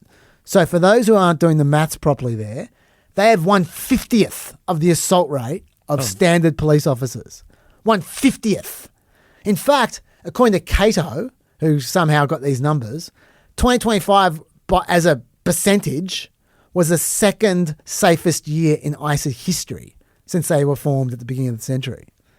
They are... Which kind of makes sense, like if you're scaring everyone. Yeah. Also, while I'm at it, the chance of an ICE or Border Patrol agent being murdered in the line of duty is about 5.5 times less than a civilian being murdered. A civilian. So maybe the Bunnings warehouse guys should wear masks or something. Maybe the Macca's workers should wear masks because they're more likely to get murdered than ICE. I should also add that most law enforcement agencies have policies against mask wearing as well. The FBI explicitly asked ICE not to wear masks when working with them because they were worried about how it would affect the way people treated the FBI officers. Wow. So they say it's not a good policy. Data for Progress did the poll on this. No masks and identifiable agents gets 56% support to 33% support. They should obviously do this. 3, require ID. Require DHS officers conducting an immigration enforcement to display their agency unique ID number and last name. Require them to verbalise their ID number and last name if asked. I can't even imagine an argument against this. Like, it's just so obvious a reform. Once again, it's the policy of pretty much every law enforcement agency out there. Like, that's just standard stuff. You can't dox them with an ID number. I'm trying so hard to think of an argument. There is no argument. I mean, look, there might be an argument on the name from like a doxing point of view. I'll tell you, if I was a Republican, I'd just say just don't have the name. Yeah. That's fine. You don't need the name. ID number is all you need. Agency and ID number. Like, you just need to be identifiable so there can be some accountability. It's so obvious. Okay, but you're not about to throw to a clip of Kristi Noem saying, "Oh, if people are allowed to ask their names, it'll impede on the arrest numbers." It's funny you say that. I'm not. Okay. But I am about to throw to a clip. You can tell when there's a clip coming. I am about to throw to a clip where Mike Johnson tries to come up with a way of mischaracterizing this to make it sound sinister when it's just not. Let's have a look at his best attempt. Taking the mask off and putting their names and addresses on their uniforms. You don't think there are House GOP votes for those kinds of things? No, there won't be, and I don't think the president would approve it, and he shouldn't. Okay, Mike, let me save you some heartache. No one is asking for home addresses of ICE officers to be printed on their uniforms, okay? Right. That is a pathetic effort to try and spin this to be unreasonable. I forgot when I was trying to come up with what the argument would be, that you should just totally have bad faith about what's actually being asked of you. Yes. And let me just be clear about this. If you're not agreeing to ID numbers on uniforms, what you are saying is, I want a secret police force. That is what you are saying. If you can't identify them and there is zero accountability, that is the Gestapo. That is the secret police. That's what that is. Right. And like I pointed out before to Dave, it would be ironic to demand everyone else that you police have to be carrying around papers and be able to identify themselves at any given moment, but you yourself are entirely unidentifiable. Illegal aliens should really consider joining ICE. That's the way around this. I'll tell you what, the standards are so low, I reckon they'd probably just accept all of them without any ID, without any citizenship, without anything. That's obviously common sense and policy. Yeah. Protect sensitive locations. Number 4, prohibit funds from being used to conduct enforcement near sensitive locations, including medical facilities, schools, childcare facilities, churches, polling places, courts, etc. This has been the policy for every government in history, apart from Donald Trump's. It's not the law, it's been policy. Yeah, sure. And there's good reasons. Remember, many, many, many illegal immigrants have US citizen children. Okay? Leaving aside the humanity of it, of having people hide out while they're bleeding from being shot and stuff because they're scared to go to a hospital. Let's leave aside that. And by the way, you notice I never make those arguments. You can assume that I'm thinking of those arguments as well, but I never make them because I'm always making arguments for cynical people. And so I never go, oh, have a heart, be humane. I never do that. That's going without saying, but I never actually do that. What I do is I say, okay, let's just play by your rules, asshole. All right? Let's take the US citizen then, okay? The US citizens, their children. Do you want, as a policy, people to not take their US citizen children to the hospital when they're deathly sick because they're scared of being arrested when they take their children to the hospital? Do you want them to keep their US citizen child away from school? That US citizen child is going to grow up to be a US citizen adult. And do you want them to not go to school because they're scared to take their kids to school? How much of an arsehole am I supposed to be when I answer? Because an arsehole would say yes. Well, that's what they do. But what I'm saying is it's in their self-interest to not have future US citizen adults either be dead because they didn't go to hospital, or be uneducated because they didn't go to school, or be unreligious because they didn't go to church. Or be lawless because they didn't check in with the police or the courts or whatever. Like it's just even from a self-preservation point of view, if all you care is US citizens, this doesn't make sense. I fear that bigotry would somehow play a part and make them go, well, it's not really a US citizen. I'm sure you're right. Also, on top of that, it's really important to have people checking in with ICE and checking in with the police. Never mind the fact that illegal immigrants can be witnesses in crimes. You want them to do that, right? Like that's useful. Putting people in jail who belong in jail is a good thing, right? And you need witnesses to do that. But also, it's hugely hypocritical for them to spend the last month beating their chest about how sacred worship is and how they're going to defend the right of people to worship freely to the death when they're talking about Don Lemon. Yeah. But at the same time, they're happy to send ICE raids into churches. Right? Who do you think puts off churches more, ICE raids or Don Lemon? Again, how much of an arsehole am I being when I answer? And Data for Progress, as well as found ending arrests at churches, schools and courthouses get 57% support to 31% opposition. Stopping racial profiling. Quote, prohibit DHS officers from conducting stops, questioning and searches based on an individual's presence at certain locations, their job, their spoken language and accent, or their race or ethnicity. I thought this was the law already until Brett Kavanaugh just ploughed a hole through it a few months back, which we talked about on PEP. And he's kind of allowed racial profiling. He has walked that back a little since, so maybe he regretted that. Let's just say it's a grey area whether racial profiling is illegal or not at the moment. Either way, it's pretty good policy to not allow racial profiling in a country where the majority of people are a member of a minority, a racial minority. So otherwise, once again, by definition, if you're oppressing the majority of citizens, then you're kind of an authoritarian state. You're an authoritarian state even if you're oppressing the minority of citizens, if you're oppressing anyone, but particularly if you're oppressing the majority. That's an unstable authoritarian state. And, number 6, uphold use of force standards. Place into law a reasonable use of force policy, expand training and require certification of officers. In the case of an incident, the officer must be removed from the field until an investigation is concluded. Place into law a reasonable use of force policy, Lockie. That's the law already for all law enforcement. They need to have a reasonable use of force policy. Presumably that gets covered on day 48. Maybe it does. Expand training and require certification of officers. That's vague and means nothing. I'm going to assume nothing will come of that. In the case of an incident, the officer must be removed from the field until an investigation is concluded. That is policy already everywhere, including at DHS. And there been an independent investigation when somebody's murdered. I'm not sure that's policy or law. That just seems really obvious. Do I need to make an argument for that there should be an investigation when someone's murdered? I don't think I even need to make an argument for that. Let's just have that, shall we? And Data for Progress found people supported independent investigations after shootings, 66% to 22%. Once again, what is wrong with the 34% that don't support independent investigations after shootings? But anyway, for that, those people can listen to a different podcast because I don't have anything for you guys. Number 7, ensure state and local coordination and oversight.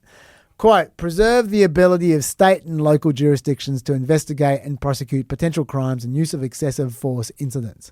Require that evidence is preserved and shared with the jurisdictions. Require the consent of states and localities to conduct large-scale operations outside of targeted immigration enforcement. Okay, this is new, and it is common sense. Look at Minnesota. When they didn't have state cooperation, it went nowhere. It just created a backlash. When they did get state cooperation, look at this, everything's going great, okay? The whole operation runs smoothly. If you don't believe me from that, look at Obama's administration. I've talked about this incessantly. The Obama administration was way more effective in deporting people than either Trump administration has been, with way less resistance. It wasn't just because they're biased and Democrat, it's because they worked through state cooperation. That's how the Obama administration did it. They had Tom Homan, of all people, working with the states. Now, yes, it's obvious that blue states are going to be less likely to work with a Republican administration than they would with a Democratic administration. Yes, I get it. America is partisan on both sides. Yes. But you can try. They haven't been trying. As soon as Tom Homan tried with Minnesota, it worked. Just try. You'll get a better result. You'll get even the lesser cooperation you get from a blue state, if you're a red government, is still better than what they've got at the moment. It would be more effective than one arrest per officer. Slightly more than one. 2 Yeah. months. But yes, exactly. So it's just common sense yet again. Yes, admittedly, you don't get to beat your chest on Twitter and act like a big man and run hype videos. That is true. But I'd prefer results if I was them. Yeah, Are you still like taking notes on how to make arguments to arseholes. Don't mention that you can't tweet about it. Sorry, just ignore that. You've lost your case. Just ignore that, yeah. And something they've even been trying to do is bribe them. That's 101 with governments. When you want states to go along with you, just bribe them. It's 101 with Tom Homan. Yeah, well, that's absolutely. That's right. Number 8, build safeguards into the system. Make clear that all buildings where people are detained must abide by the same basic detention standards that require immediate access to a person's attorney to prevent citizens' arrests or detention. Allow states to sue the DHS for violations of all requirements. Prohibit limitations on member visits to ICE facilities regardless of how those facilities are funded. That's congressional member they're talking about there. All right, first of all, make clear all buildings where people are detained must abide by the same basic detention standards that require immediate access to a person's attorney to prevent citizens' arrest or detention. That's just the law. That is the law. That is just the law. Detention centers need to meet basic standards. That is the law. Of course, like I said before to Dave, DHS has totally gutted inspections in the last year, and they now hold people forever in theoretically short-term detention centers. This is how they get around those standards. I get that. Is this going to change that? Probably not. Let's be cynical and realistic. But you should at least theoretically have the standards. At least.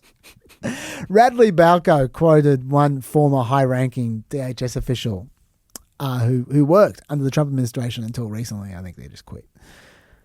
There's no oversight. There's no reporting. There's no access. Until this administration, if a lawyer or an NGO complained about inhumane conditions, that was something we took very seriously.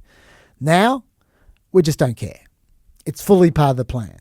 They're open about it. You put people in detention, you deny them access to a lawyer, and you just continue to squeeze them until they're so miserable that they give up their rights. I told you before how they boast about people giving up and self-deporting. They're proud of that. So that's what's going on there. Giving Congress access to detention centers, that's interesting. The law says they need to give immediate access. At any point in time, someone from Congress can show up and you need to give them access. DHS has been trying to make them give 7 days notice before entering, which doesn't sound dubious. The courts ordered them to stop doing that. They've just kept on doing it. They kept on resisting on an individual basis. Sewers.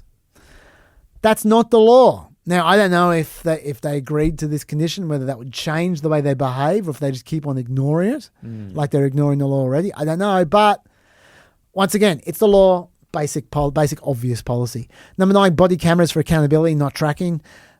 Require use of body-worn cameras when interacting with the public and mandate requirements for storage and access of footage. Prohibit tracking, creating or maintaining databases of individuals participating in First Amendment activities. We talked about this before. The body cameras are happening anyway. Christy Noem's already said that they're doing it right now. The facial recognition thing I talked about, that's why they put it in there, to prohibit using facial recognition. Okay. That's an issue. But bottom line, whether they allow facial recognition tracking or not, databases or not, the body camera thing I think is a really important reform. I know some people don't like it because they think it's going to get misused and so on, but it just, every person you can save through body cameras I think is a good thing. Data for Progress, body cameras get 72% support to 18% not support. They're the kinds of numbers that should be for all of these. Number 10, final one, no paramilitary police. Regulate and standardise the type of uniforms and equipment that DHS officers employ during enforcement operations to bring them in line with civil enforcement. Look, I don't know what this means. Exactly what kind of uniform you're talking about. If you're just saying they need to wear uniforms, yes, of course they need to wear uniforms. Why wouldn't you be in favour of them wearing uniforms? At the moment, half the time they look like criminals when they're taking people. Criminals are constantly pretending to be them. There was another example just this week of the criminal pretending to be an ICE agent. Getting access to someone and then assaulting them. It just happens all the time because they dress like criminals. So of course criminals are going to pretend they're ICE agents. If you really, genuinely weren't just using talking points and you cared about assaults of ICE officers, uniforms is number one. Because of course you're going to increase assaults if people don't know whether you're abducting them or not. Like if people are unsure if you're a police officer, an ICE agent or a criminal, there is a much higher chance they will resist you and assault you. So, of course, for the safety of the officers, let alone the humane reason, for the safety of the officers alone, let's talk to the cynics. You should have uniforms. And it's current federal policy as well. It's like, this is DHS policy, I'm going to quote you. An agent must identify himself or herself as an immigration officer who is authorized to execute an arrest at the time of the arrest as soon as it is practical and safe to do so. That's their policy that they currently ignore. Yeah. Yeah. What are you about to say? What's stopping them from including a mask in their uniform? Nothing. Nothing's stopping them. Hey, you know what? That would be a step up. If you have a uniform and part of it is a mask, that would be a step up. I mean, I would then ask for you to remove the mask, but that would be better than they've got at the moment, which is masks and no uniform. Yeah, no, that's true. That's true. Yeah. In summary, they're the 10 reforms. This is what they're fighting over. I've just read you literally everything they're fighting over, okay? Those reforms are piss weak. That almost all of them are current law or policy that gets ignored. I did keep hearing that. Yeah, almost all of them. And those that aren't current law or policy are the most basic common sense. Don't wear a mask. Make people not need cooperate with the states. Passports. Yeah. So the Republicans should agree to every one of these. And look, unlike a lot of people, I'm not down on the Democrats about how unambitious these reforms are, because they're in the minority. Sometimes you need to accept that you're in the minority. You don't get everything you want when you're in the minority. And like you need to take what you can get sometimes. And these reforms would still make a difference. They are pathetic and they are minor, but they'd still be great. Like my problem with most of them is that I just don't think ICE are going to even observe them. Yeah, comply. But like as reforms go, it's a good start. And Republicans should follow them just for their own self-interest and politically speaking. And I think people shouldn't give the Democrats grief over the fact they've only gone this far, because I think they're pretty reasonable. Either way, let's see what happens, hey? That's what we got. Yeah. Oh, lucky. I was going to go do so much more during this. But I know. Yeah. We're out of time. Too. We're out of time. Okay, so we are almost caught up. We've got to do the Obama apes thing. We've got to do the UAE payoff. We've got to do policy time. There's a bunch of policy. And then we're caught up, which I think we'll be able to get that into the nenext one. So, Congratulations. So, congratulations when we're there. Let's not get ahead of ourselves. Until Friday, when we are hopefully caught up. A week without PEP, that would be nice. We've had a lot of PEPs recently. So let's give people a bit of a rest to catch up. We'll see you guys in a week's time. Until then, stay peppy.